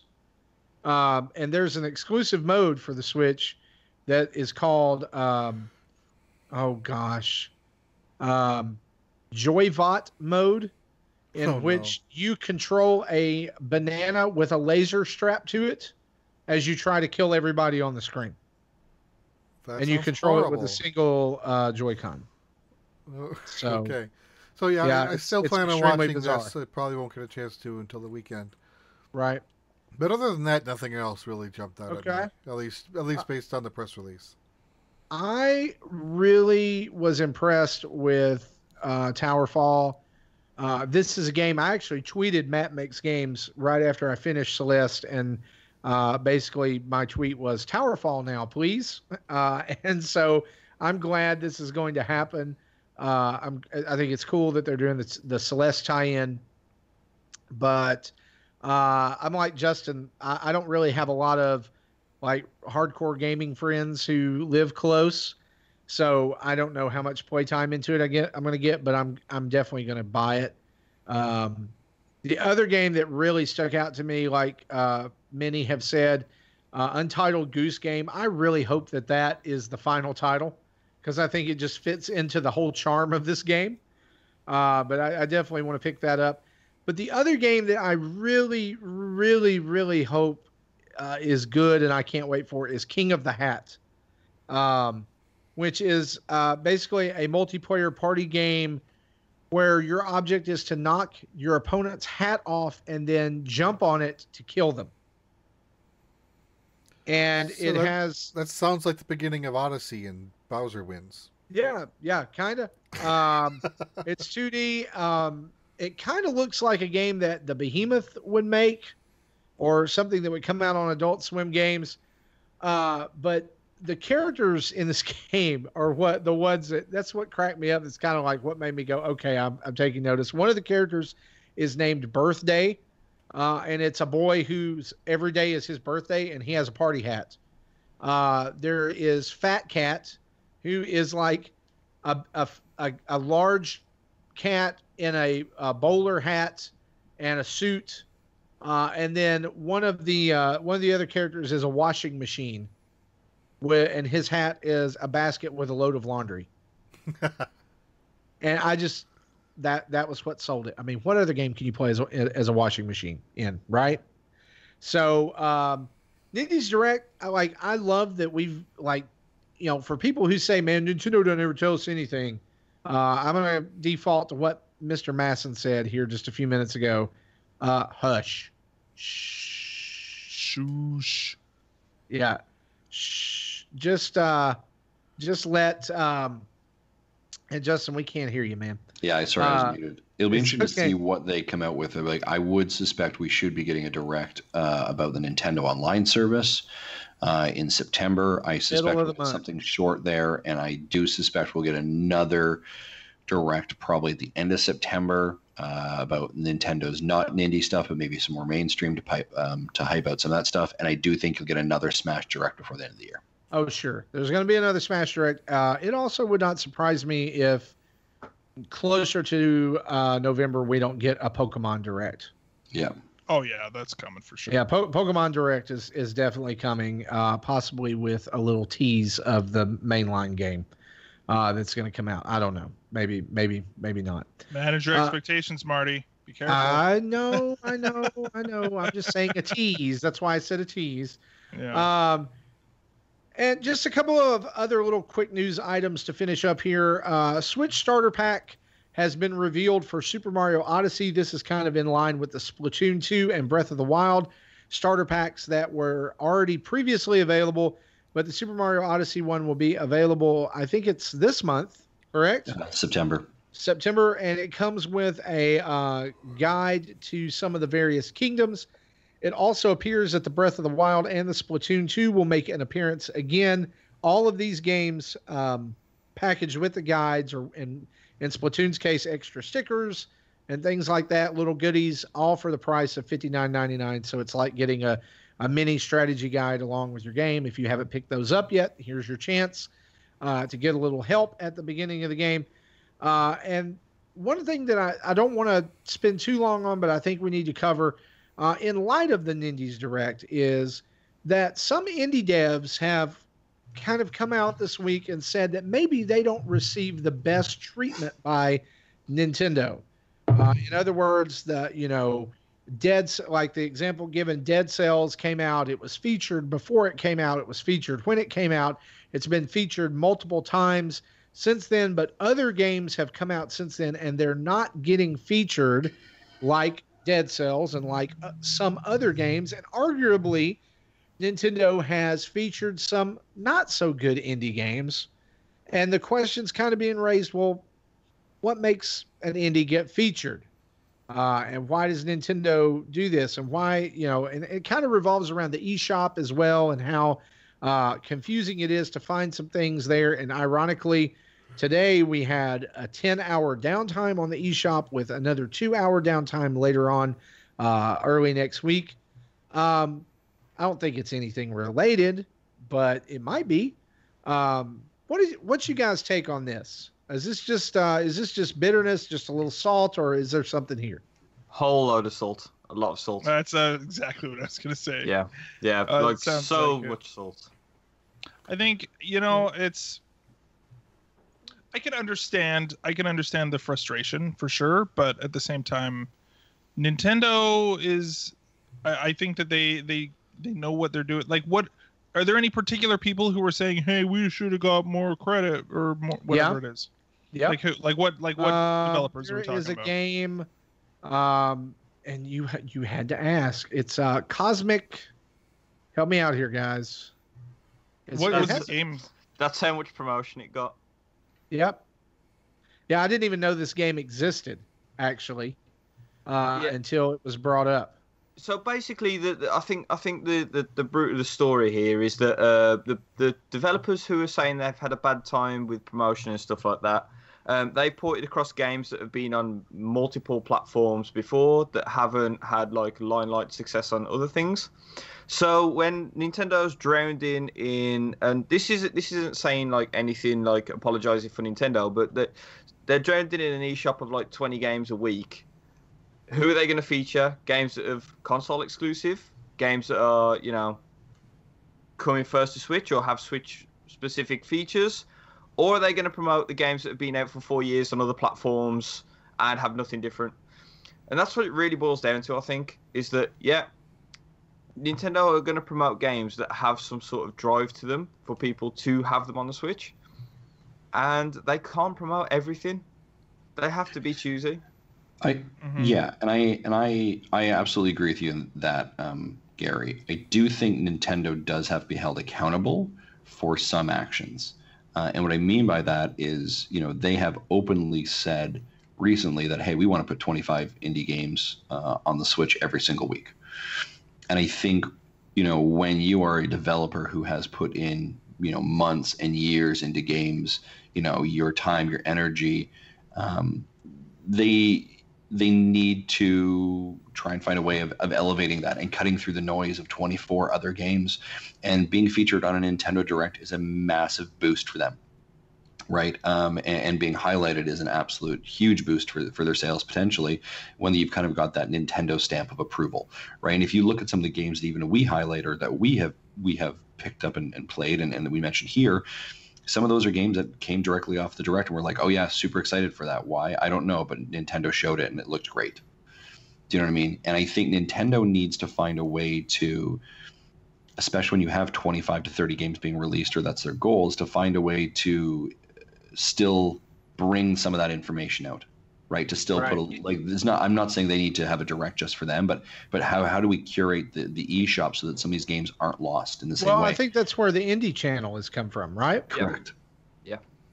But at the same time, Zach, you're arguing with me here. You think I don't know. wrong? Like I think that this is a bunch of people playing the victim. Honestly, yeah. Like look at the bestsellers list on here, and tell me which one of these games, like of these games that are on here, is there any, like there are some games that are on here that were never featured in a Direct, right? Like Correct. for example, Blossom's Tale.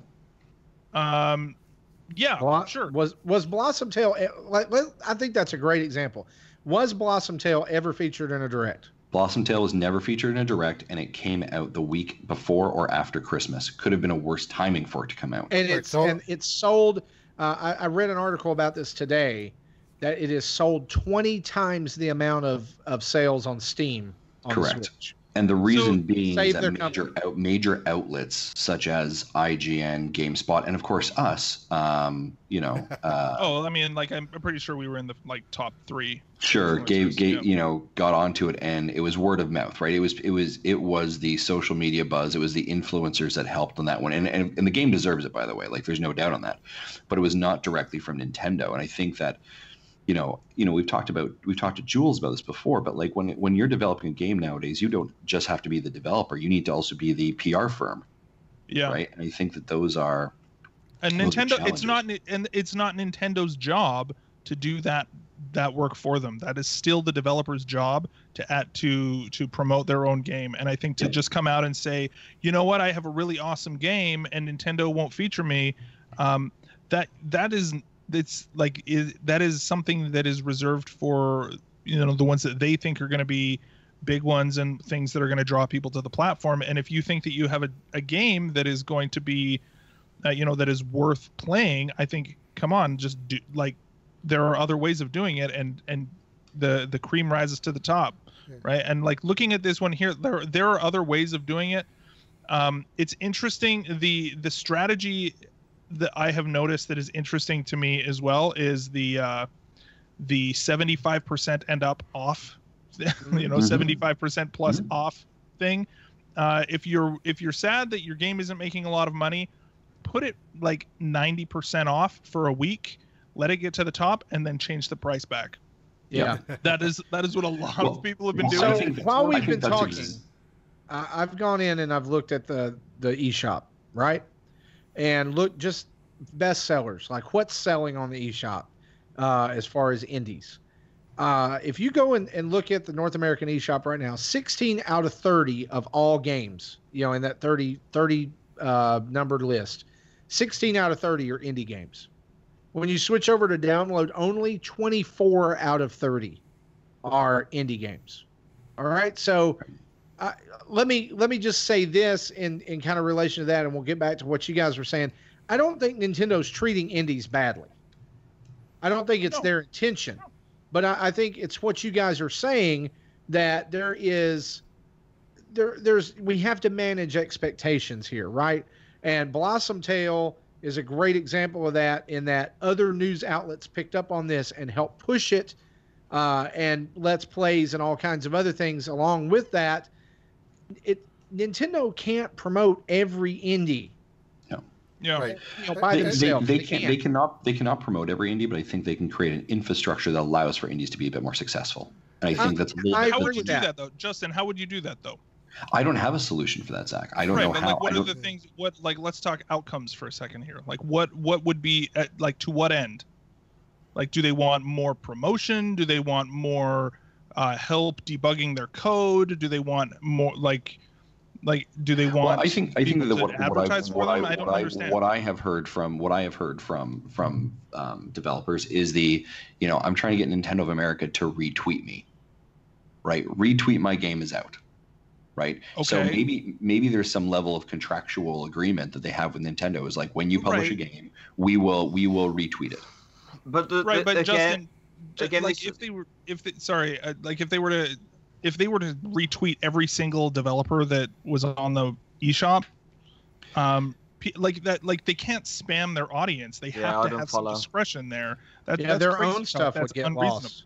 I agree with you. I'm just like, but throwing your hands up and saying too bad, I don't think is a good solution either. I think that they, maybe it's a separate Twitter account of Nintendo Nindies or whatever it is, where they have the ability to highlight that and more in-depth conversations. Maybe it's something like that. Maybe it's not off the major NOA. Or maybe they just don't highlight any of them at all.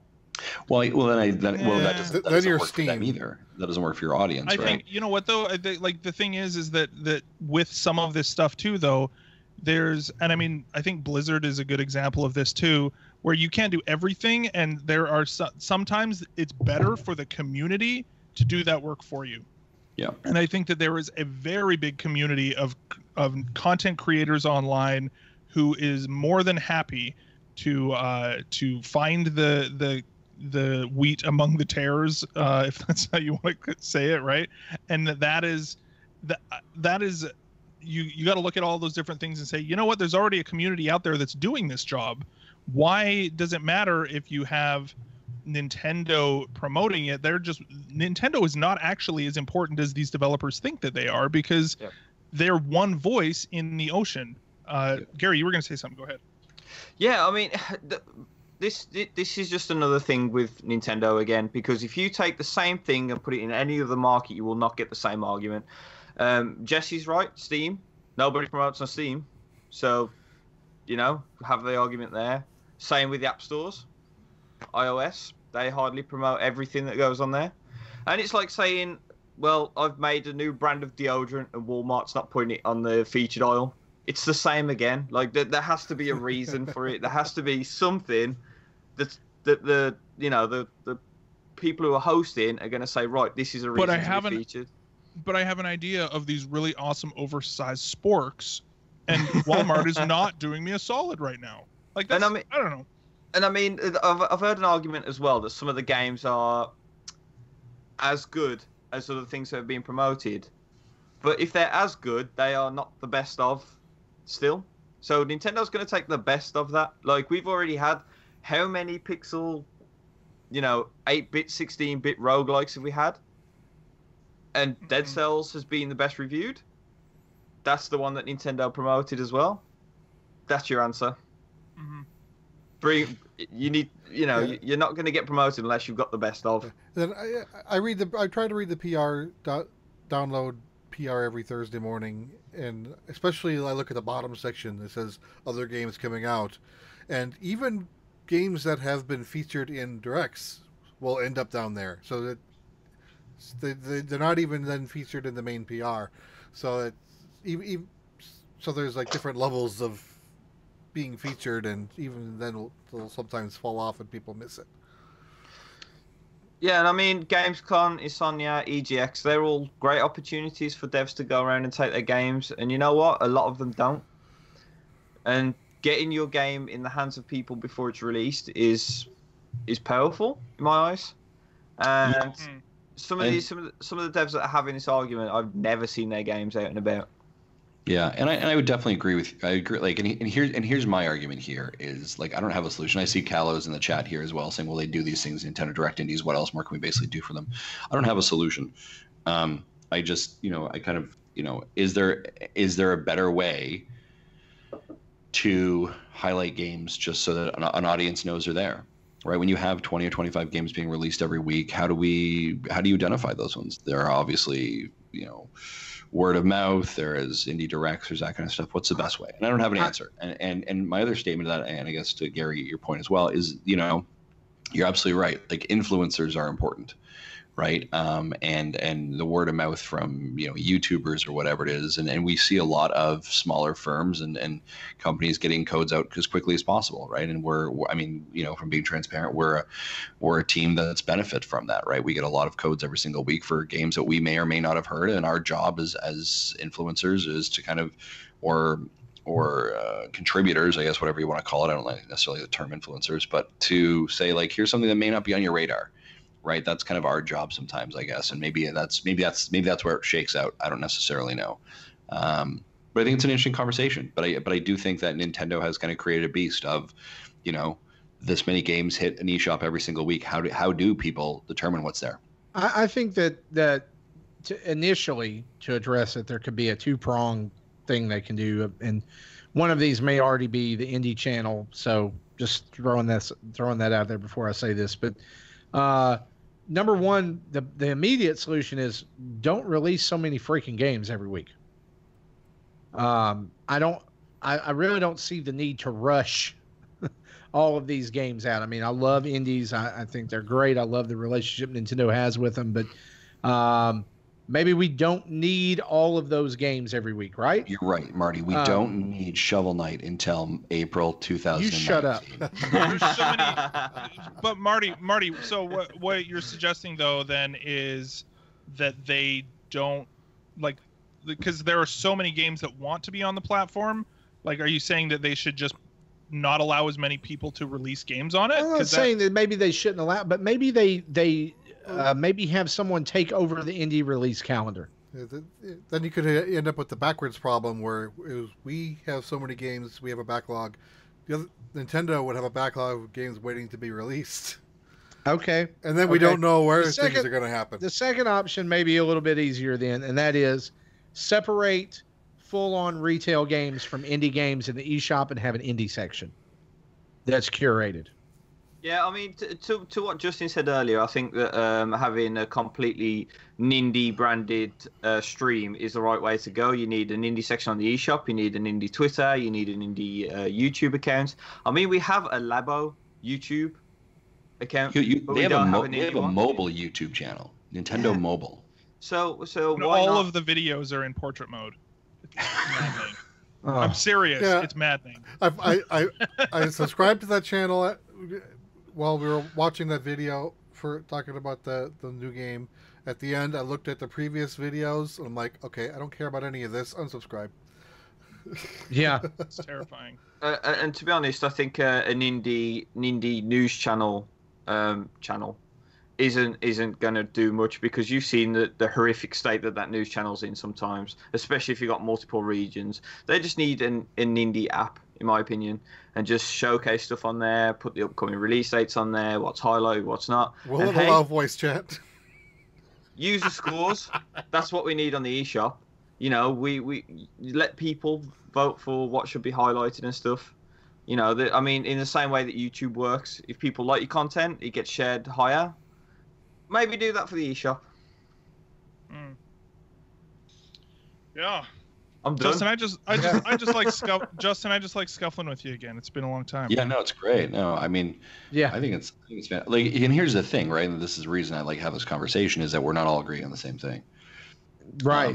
But I do believe that, my final thoughts on this, I do believe that Nintendo holds, as the gatekeepers, they hold a bit of responsibility, I think, from an infrastructure perspective, They need to clear, when they make statements of how many games they want to put out, they do need to make some changes there. Like, let's be honest. Like, that's they need to make some changes just from an infrastructure. I think we've talked about the eShop's a little bit of a mess.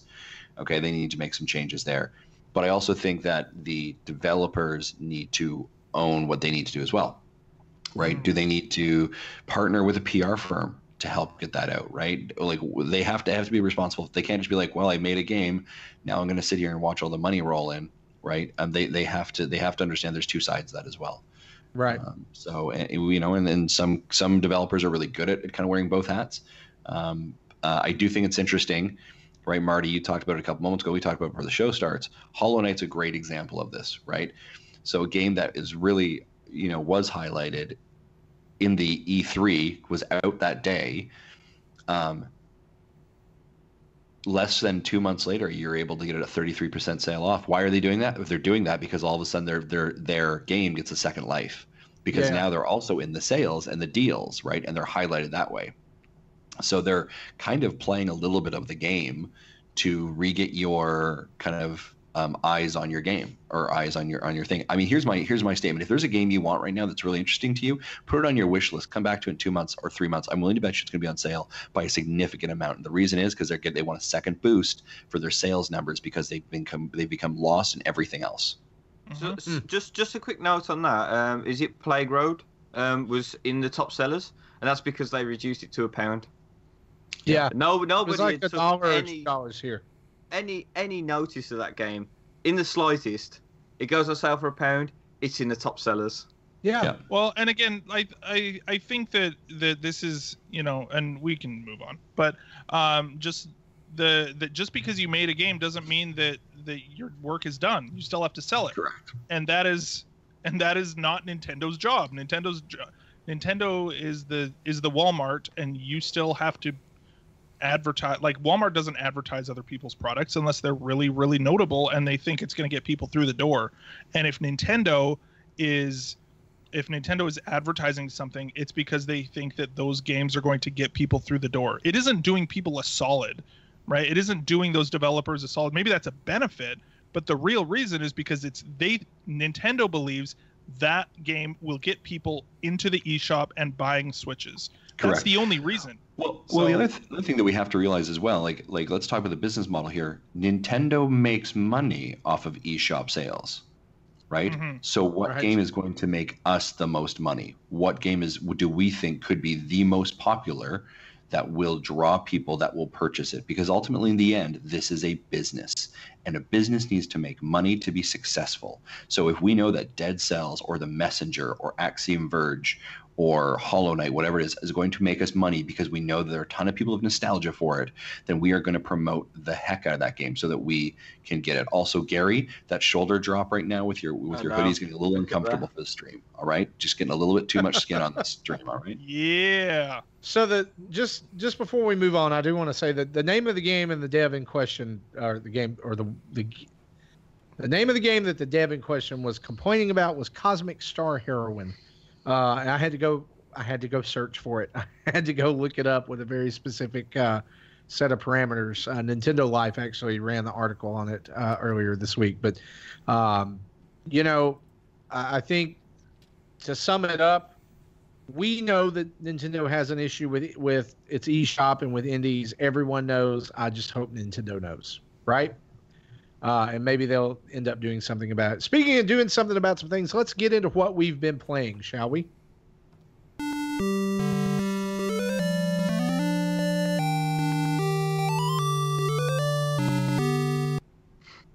Zach, you're a guest of the show this week. We always throw to guests. Oh. No, I'm just kidding. No, seriously, I was going to go to you first. I know you've talked about Into the Breach, but anything else you've been playing? Yeah, I've been playing a few things. Let me look at my home screen for a second here. I've been playing this great little game. I know I've never talked about it before. Enter the Gungeon. Oh, for the love of God, please move on. It's huge. It's fantastic. It's so good. It continues to be good. I have been playing. Did anybody here talk about the Valkyria Chronicles 4 demo? Did anybody play that? Yeah. Nobody.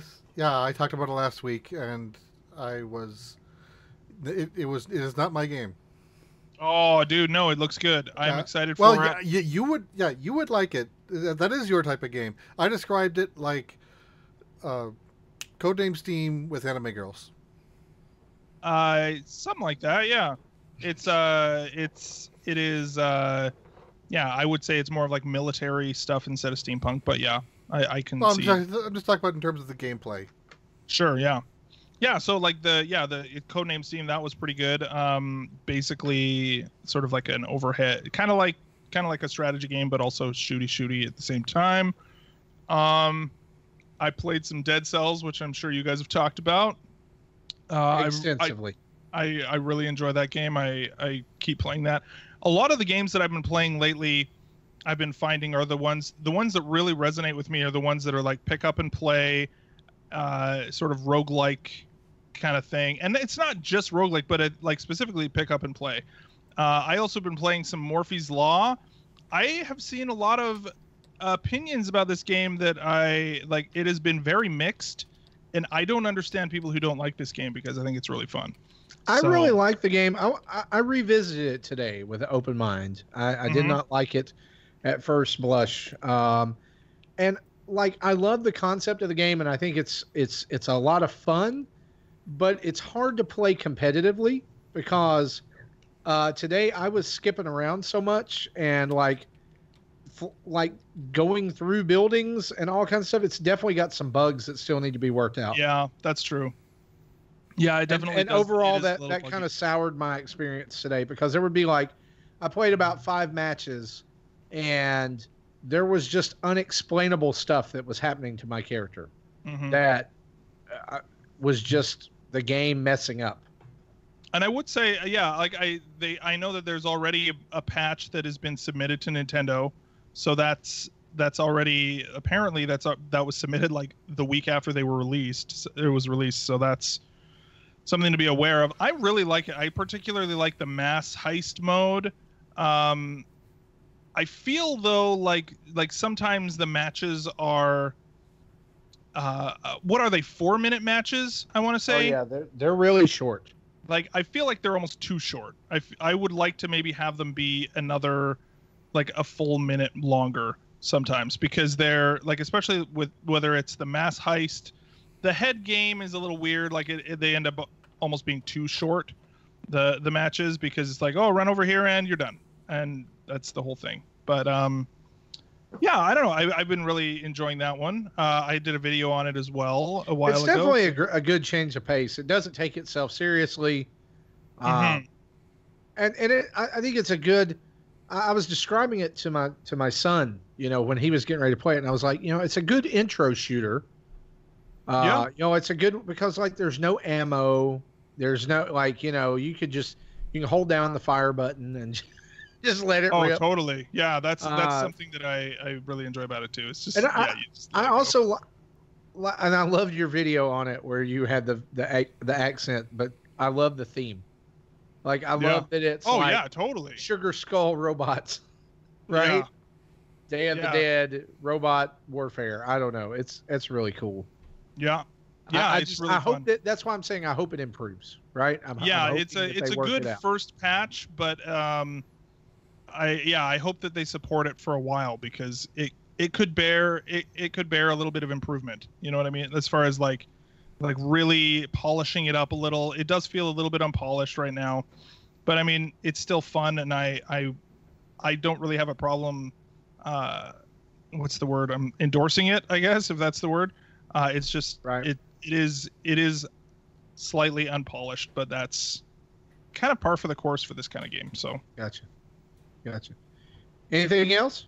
No, that's mostly it, man. I think Fortnite a little bit. Fortnite is there's no reason to say anything about Fortnite, but oh wait, no, there is one more. Bad North. Bad North so is good.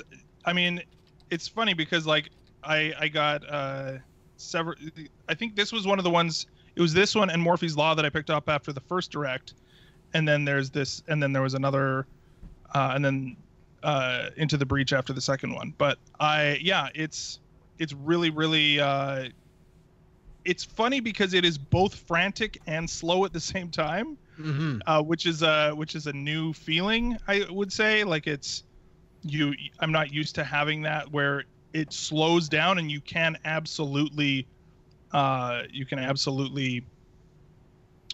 make decisions without feeling rushed. Like, I know that's a big deal for you, Jesse, but I think that's not really a concern with Bad North. Like, you have plenty of like, you have to make a decision, but once you make that decision, it's not that, like, you have enough time to do it, which is fun.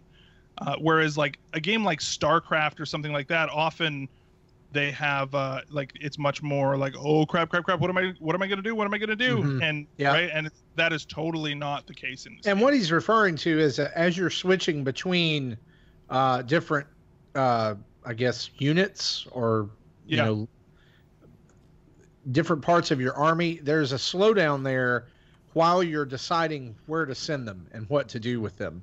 The enemies are still advancing, so you can kind of get a little bit of a heading on their trajectory and stuff coming into the island, but it allows you to be able to position your troops in a way that's a lot better than if it were just all like completely real time, right? Yeah, it's like slow motion. I got the farthest I've ever gotten 2 days ago. I got 86% complete.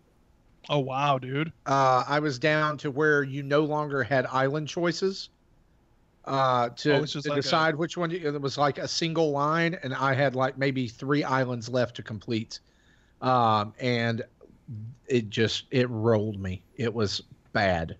It was bad.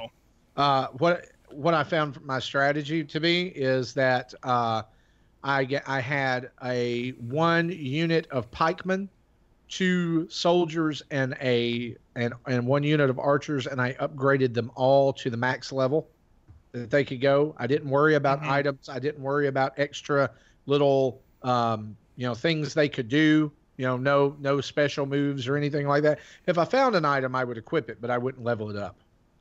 And so the key is get all your units up to the max level and replenish. When you have downtime, when you select them, there's you can move them around, and then there's one that'll let you go into the town and go into one of the houses, and like a little timer will appear above it, and your army will come back out and it'll be replenished.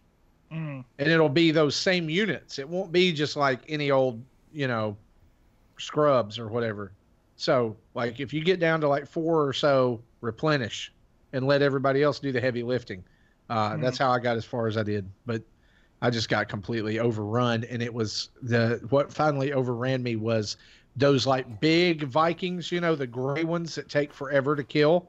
Yeah. There was like 6 of those on my island at the same time. And they just, it was like they were throwing me in the water and knocked all my archers off a mountain. And wow, dude, it was bad. But it's so much fun. That's awesome. Yeah, it's a great game. I really enjoy it. It's pretty fun. So, hey Gary, what you been playing? Did you play some games this week? Yeah, I did play the games this week. Yeah, I had a bit of a lull last week. So I played Freedom Planet. There's a review up on the YouTube channel if you want to hear a little bit more about that. So that's my eShop game of this week. But I've also been playing a main game, a physical game, which is one of only a couple that I've had this year, which is Monster Hunter Generations Ultimate. Oh. Now, this game is good. It's very, very good. It's really cool because it's online focused, I would say, or at least like local play, 4-player focused. And you don't really need voice chat online, but there is options. You can make custom shoutouts and stuff like that. And the game basically has you fighting giant monsters continuously. So it's basically a game of nothing but boss fights. There's an element, RPG elements of upgrading gear. You need to do that quite a lot to progress. And yeah, if everybody's heard of Monster Hunter, especially with Monster Hunter World being released. And this is huge. This is an absolutely massive game. I guarantee you're probably going to get more hours out of this than you probably would Skyrim, which is a brave statement, but I really honestly do believe that's true. And the one noticeable thing, though, is this is a 3DS game. that has been buffed up to Switch, and some things haven't really translated quite too good. There's a lot of like pixelated pictures or issues with font being really small, especially when they choose to put red font that you can't read because it's on like dark red backgrounds and stuff. But other than that, the game's absolutely fantastic. Really, really recommended. So, have you played the 3DS games? Like, I played Monster Hunter 4 Ultimate, and that's the last one that I played. Is that have you played that one or? Yeah, I've pretty much been into Monster Hunter since Tri on the Wii, and they have a progression. Every single iteration's got something new, some new feature and stuff like that. This is like a greatest hits, so to speak, of the normal baseline Monster Hunters. So Okay. whereas 4, if you jumped in on 4, it was all based on like everything being vertical because the characters moved a bit more fluent than they used to. You know, you had like lots of walls and lots of things to climb, stuff like that. This is a little different because it's like I say, it's like more like greatest hits. So there's a lot more like level playing monster fighting rather than climbing mountains and stuff. Oh, okay. But basically, that is essentially the best way to put it. Is it's the greatest hits of the mainline Monster Hunters. Cool. Yeah, I have been tempted. Longtime listeners of the show will know that my son has a particular line whenever he thinks that we should get a game. Is, "Hey, Dad, don't you think we should get that?"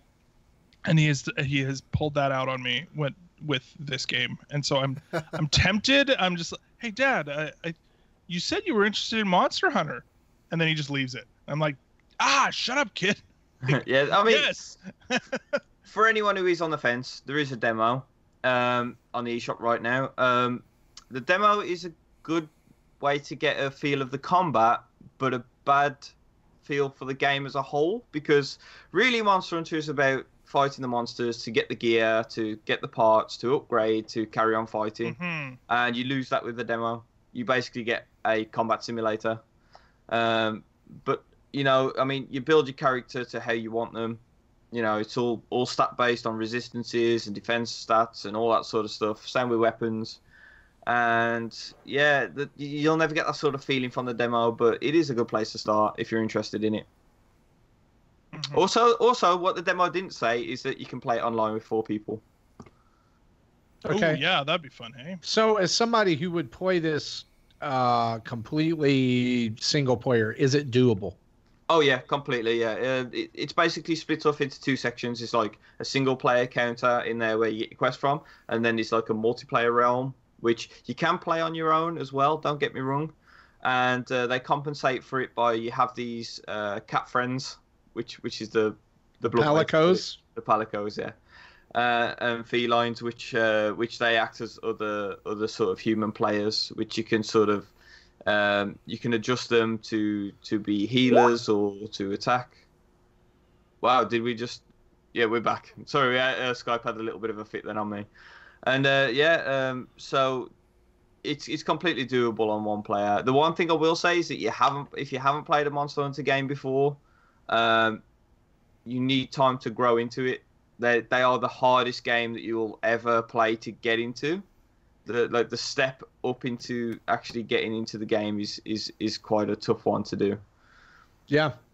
Yeah. Awesome. Justin, what have you been playing this week? So I'm going to really run us down really quickly. I've been playing a couple games. I played Inside during my trip over to Germany, which was absolutely fantastic. If you haven't played Inside, make sure you do that. I've been playing Sleep Tight, and we have a Let's Play going up on our channel on Saturday of it. It is a twin-stick shooter, tower defense game that is fantastic for kids. Pixar graphics, absolutely love it. And I have picked up The Messenger, and I have been playing that. I know you have also been playing that, Marty, and we've got a Let's Play going up here in I think today we're going to put in a Let's Play of that as well. But all fantastic games.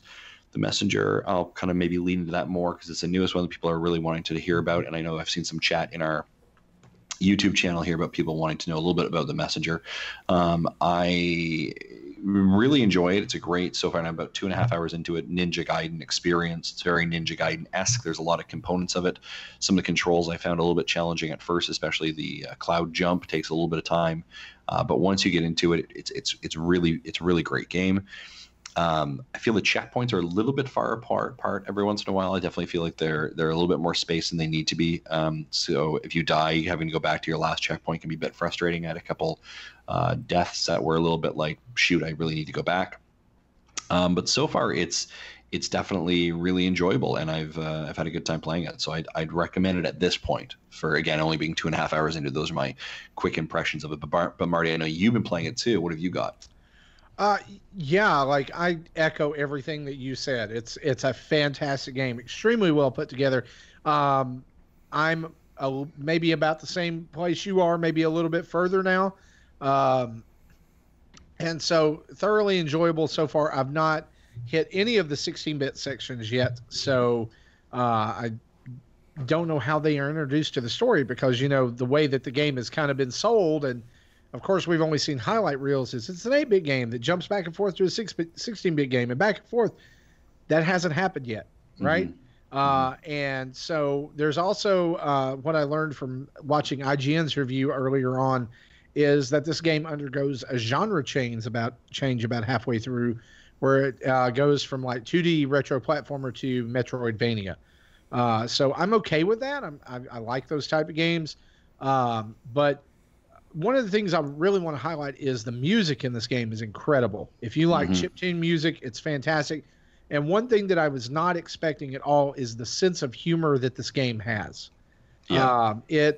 It really reminds me of, I get that from the beginning Shovel Knight was irreverent, right? That's kind of not what you get from this game at first pass if you're just watching a trailer or something like that. But playing it and interacting with some of the characters has some really funny moments, stuff that's had me actually chuckling out loud. And there's even been a reference to Ninja Gaiden already. You kind of have to dig for it. It's in like the first 30 minutes of the game, but it'll make you laugh. It's pretty funny. While we're on the topic of the music, I do want to give it a shout out. We've actually been in contact with the composer, awesome.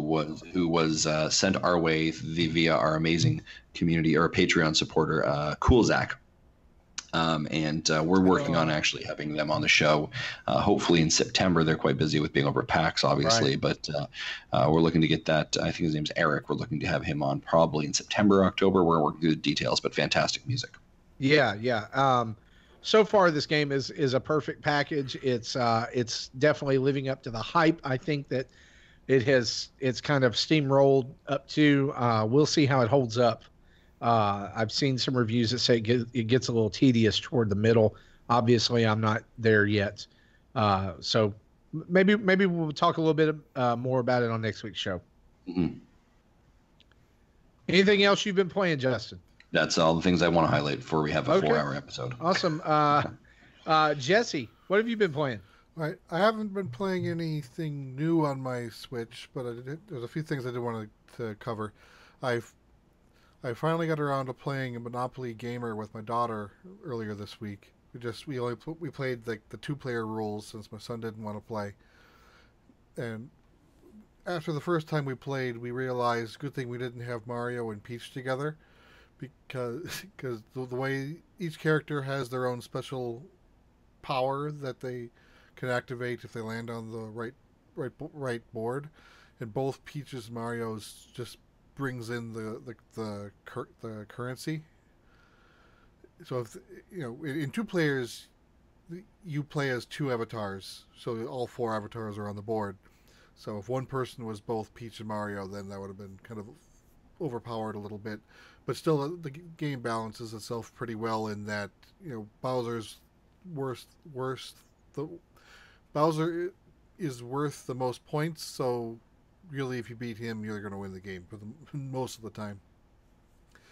Then, one thing I did get is the Hori D-pad left Joy-Con.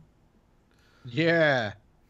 And so I did an unboxing and a quick video earlier this week, and Initially, I said I didn't notice anything strange with the D-pad, but I didn't have a chance to play it yet with it. I got some time with it, and it is a little squishy. Yeah, I don't think it's quite as bad as the Pro Controllers is, but it still doesn't feel like the D-pads I'm used to. But the weirdest part though is all of the other buttons, like the screenshot button, the minus button, and the button on the back that to unlock it when you remove it, they're like extra squishy. And that and the minus actually sticks out like a few extra millimeters more than normal. So if you put your thumb on it, you can really feel it. So I tried to not do that. But everything else seemed fine. Like the shoulder buttons felt the same. The analog stick felt the same. It overall works pretty well. Though I did get caught with a battery issue. I completely forgot about that, and I brought it with me in my car this weekend. It was in the car for like 3 hours before I had a chance to use it. And when I wanted to use it, it was dead. Drained you completely, huh? Yep. So we want to... It wasn't just the 3 hours. It probably was dead even before it hit the car because it was plugged in all night. Yeah. So the reports of this Joy-Con just eating battery is true. It's very true. Absolutely true. I thought I read that they plan on they do have a plan to fix the problem before the official North American release later this year or early next year, whatever that ends up being. Right. So, depending on the price, I may buy it again, but we'll see. I mean, hopefully they do, because it sounds to me like if they don't do that, it's almost completely unusable. Yeah, because it's only usable when it's in handheld mode. And right. That makes it, when it's in handheld mode is when it drains the battery. Yeah, absolutely. I wonder if you could plug it up to one of the charging grips and use it that way. Wonder if you could click it into one of those and just plug that into the wall while you're playing. Kind of defeats the purpose. Well, but when you're using a grip, it's still using the Bluetooth capabilities of the Joy-Con to talk to the system, and in this one there is no Bluetooth. Right, there's no Bluetooth. So it only will be played with physical contact. And one of the someone asked me a question on the YouTube channel, asking if the weight difference without having the battery and the other components gives it a different balance. And I said, if you're just holding the Joy-Con by itself, you can notice the weight difference, but when it's attached to the system and with the weight of the system and the weight of the right Joy-Con, the difference is minuscule. So you don't really notice it that way. So a couple of positives, but right now sounds like mostly negatives. Just basically, it's good, but remember to unplug it when you're done. Right. As for me, we've already talked about the Messengers. I'm currently in the middle of playing that, but I do want to talk for just a minute about a game that Justin put up a video about on our YouTube channel, Iconoclasts. I bought it at the recommendation of tons of people. Lots of people saying, man, you need to play this. This is your game. This is something that it's going to be right up your alley. Downloaded it last week during the show and started it the next morning and finished it at 2:30 the next morning. I literally played it all day. I took a break to eat lunch, breakfast, and go watch a high school football game where I had dinner, and I came back, and I just could not put it down. I have so many questions about this game. Justin, finish it. Please finish it so I can talk to people about it. The story. What is the game called? Iconoclasts. Oh, okay. Yeah. It's a lot. It's almost like, it's very reminiscent of Shantae and I guess that Metroidvania type of thing. Very, very indie feel. And the story in the very beginning is kind of lighthearted and everything, and there's some humor, and then it gets dark really quick. and it grabbed a hold of me, and I just could not put it down. So fun, great controls, great music, interesting story and characters, just a total complete package. And this is another game that got buried on the eShop because everything else came out, and I think it's totally worth you playing it. Yeah. There is, again, to the point there, we do a Let's Play on our channel as well. This game was not, this is a great example. This game was not on my radar at all. I saw it on one of those, like, 10 games come to the Nintendo Switch that you didn't know about, which is very similar to what we do every month, but we only have a couple. And I was like, oh, this kind of looked interesting to me. And I reached out to the dev, and the dev was like, yeah, here you go. Here's a code for it. And I said, do you have any embargo? He's like, no, it's been out for like a year on other platforms, so have a crack at it. And we're like, okie dokie. And it's absolutely fantastic. Love it. It's so much fun. Yeah. In some ways, it's kind of, it reminds me of Axiom Verge in some ways as well. Like, there's a lot going on like that. And maybe it's a Metroidvania-esque component of it. I think the Axiom Verge part of it is probably story-wise. Yeah.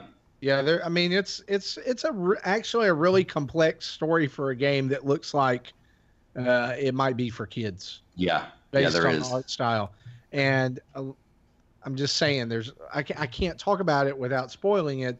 See if I can finish it this weekend. How's that sound? Yeah. I love it. It's fantastic. Not one for the kids though. I'll put it that way. There's a lot of death.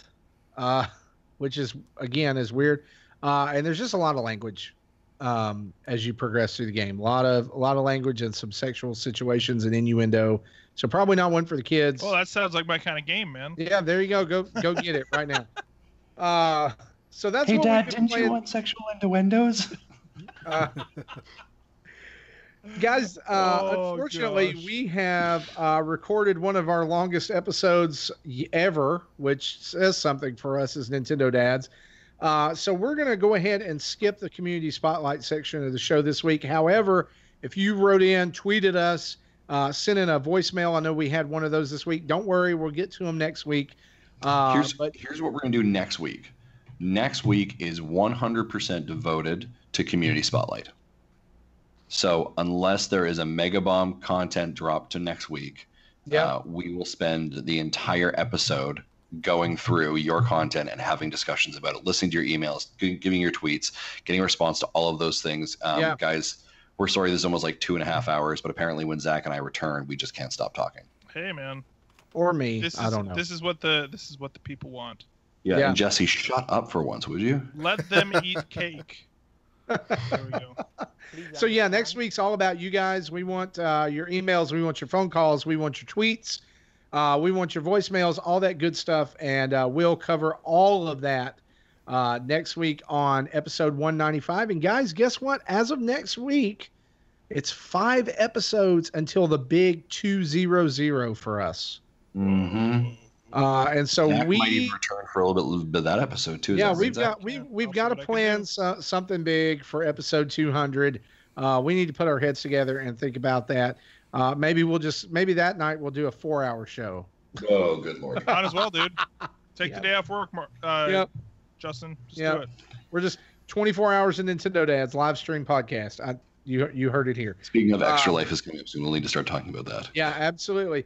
Guys, as we close out the show, we want to say huge thanks to our Patreon producers, David White, Dave Ernsberger, and Timothy Off. And if you want to be like them and go over and support us, you can go over to patreon.com/Nintendo Dads, where for as little as $1 a month, you can change the world by helping us make great content for Nintendo Dads and Nintendo Moms and Nintendo Kids. Follow us on Twitter at Nintendo Dads, like us on Facebook, and follow us on Instagram. Basically, all of our social media is at Nintendo Dads. You can email us at nintendodads@gmail.com. You can follow us on Twitch and YouTube by searching for Nintendo Dads. Call in and leave one of them their voicemails at 926-25-NDADS or 929-256-3237. And if you want to buy sweet Nintendo Dads merchandise, like a king-size bed cover with my face on it, you can go over to tiny.cc/Nintendo Dads store. It's all lowercase. You can find some sweet swag over there. Big thanks to OC Remix for all the music throughout the show, and Carter Johnson and Adam Leonard for all their artwork and everything that they do for us. Guys, it's been an amazing show. Zach, it's been so good to have you back. Justin, welcome back as well. And for you guys and me, we're going to say good night. Thanks for listening. Bye-bye.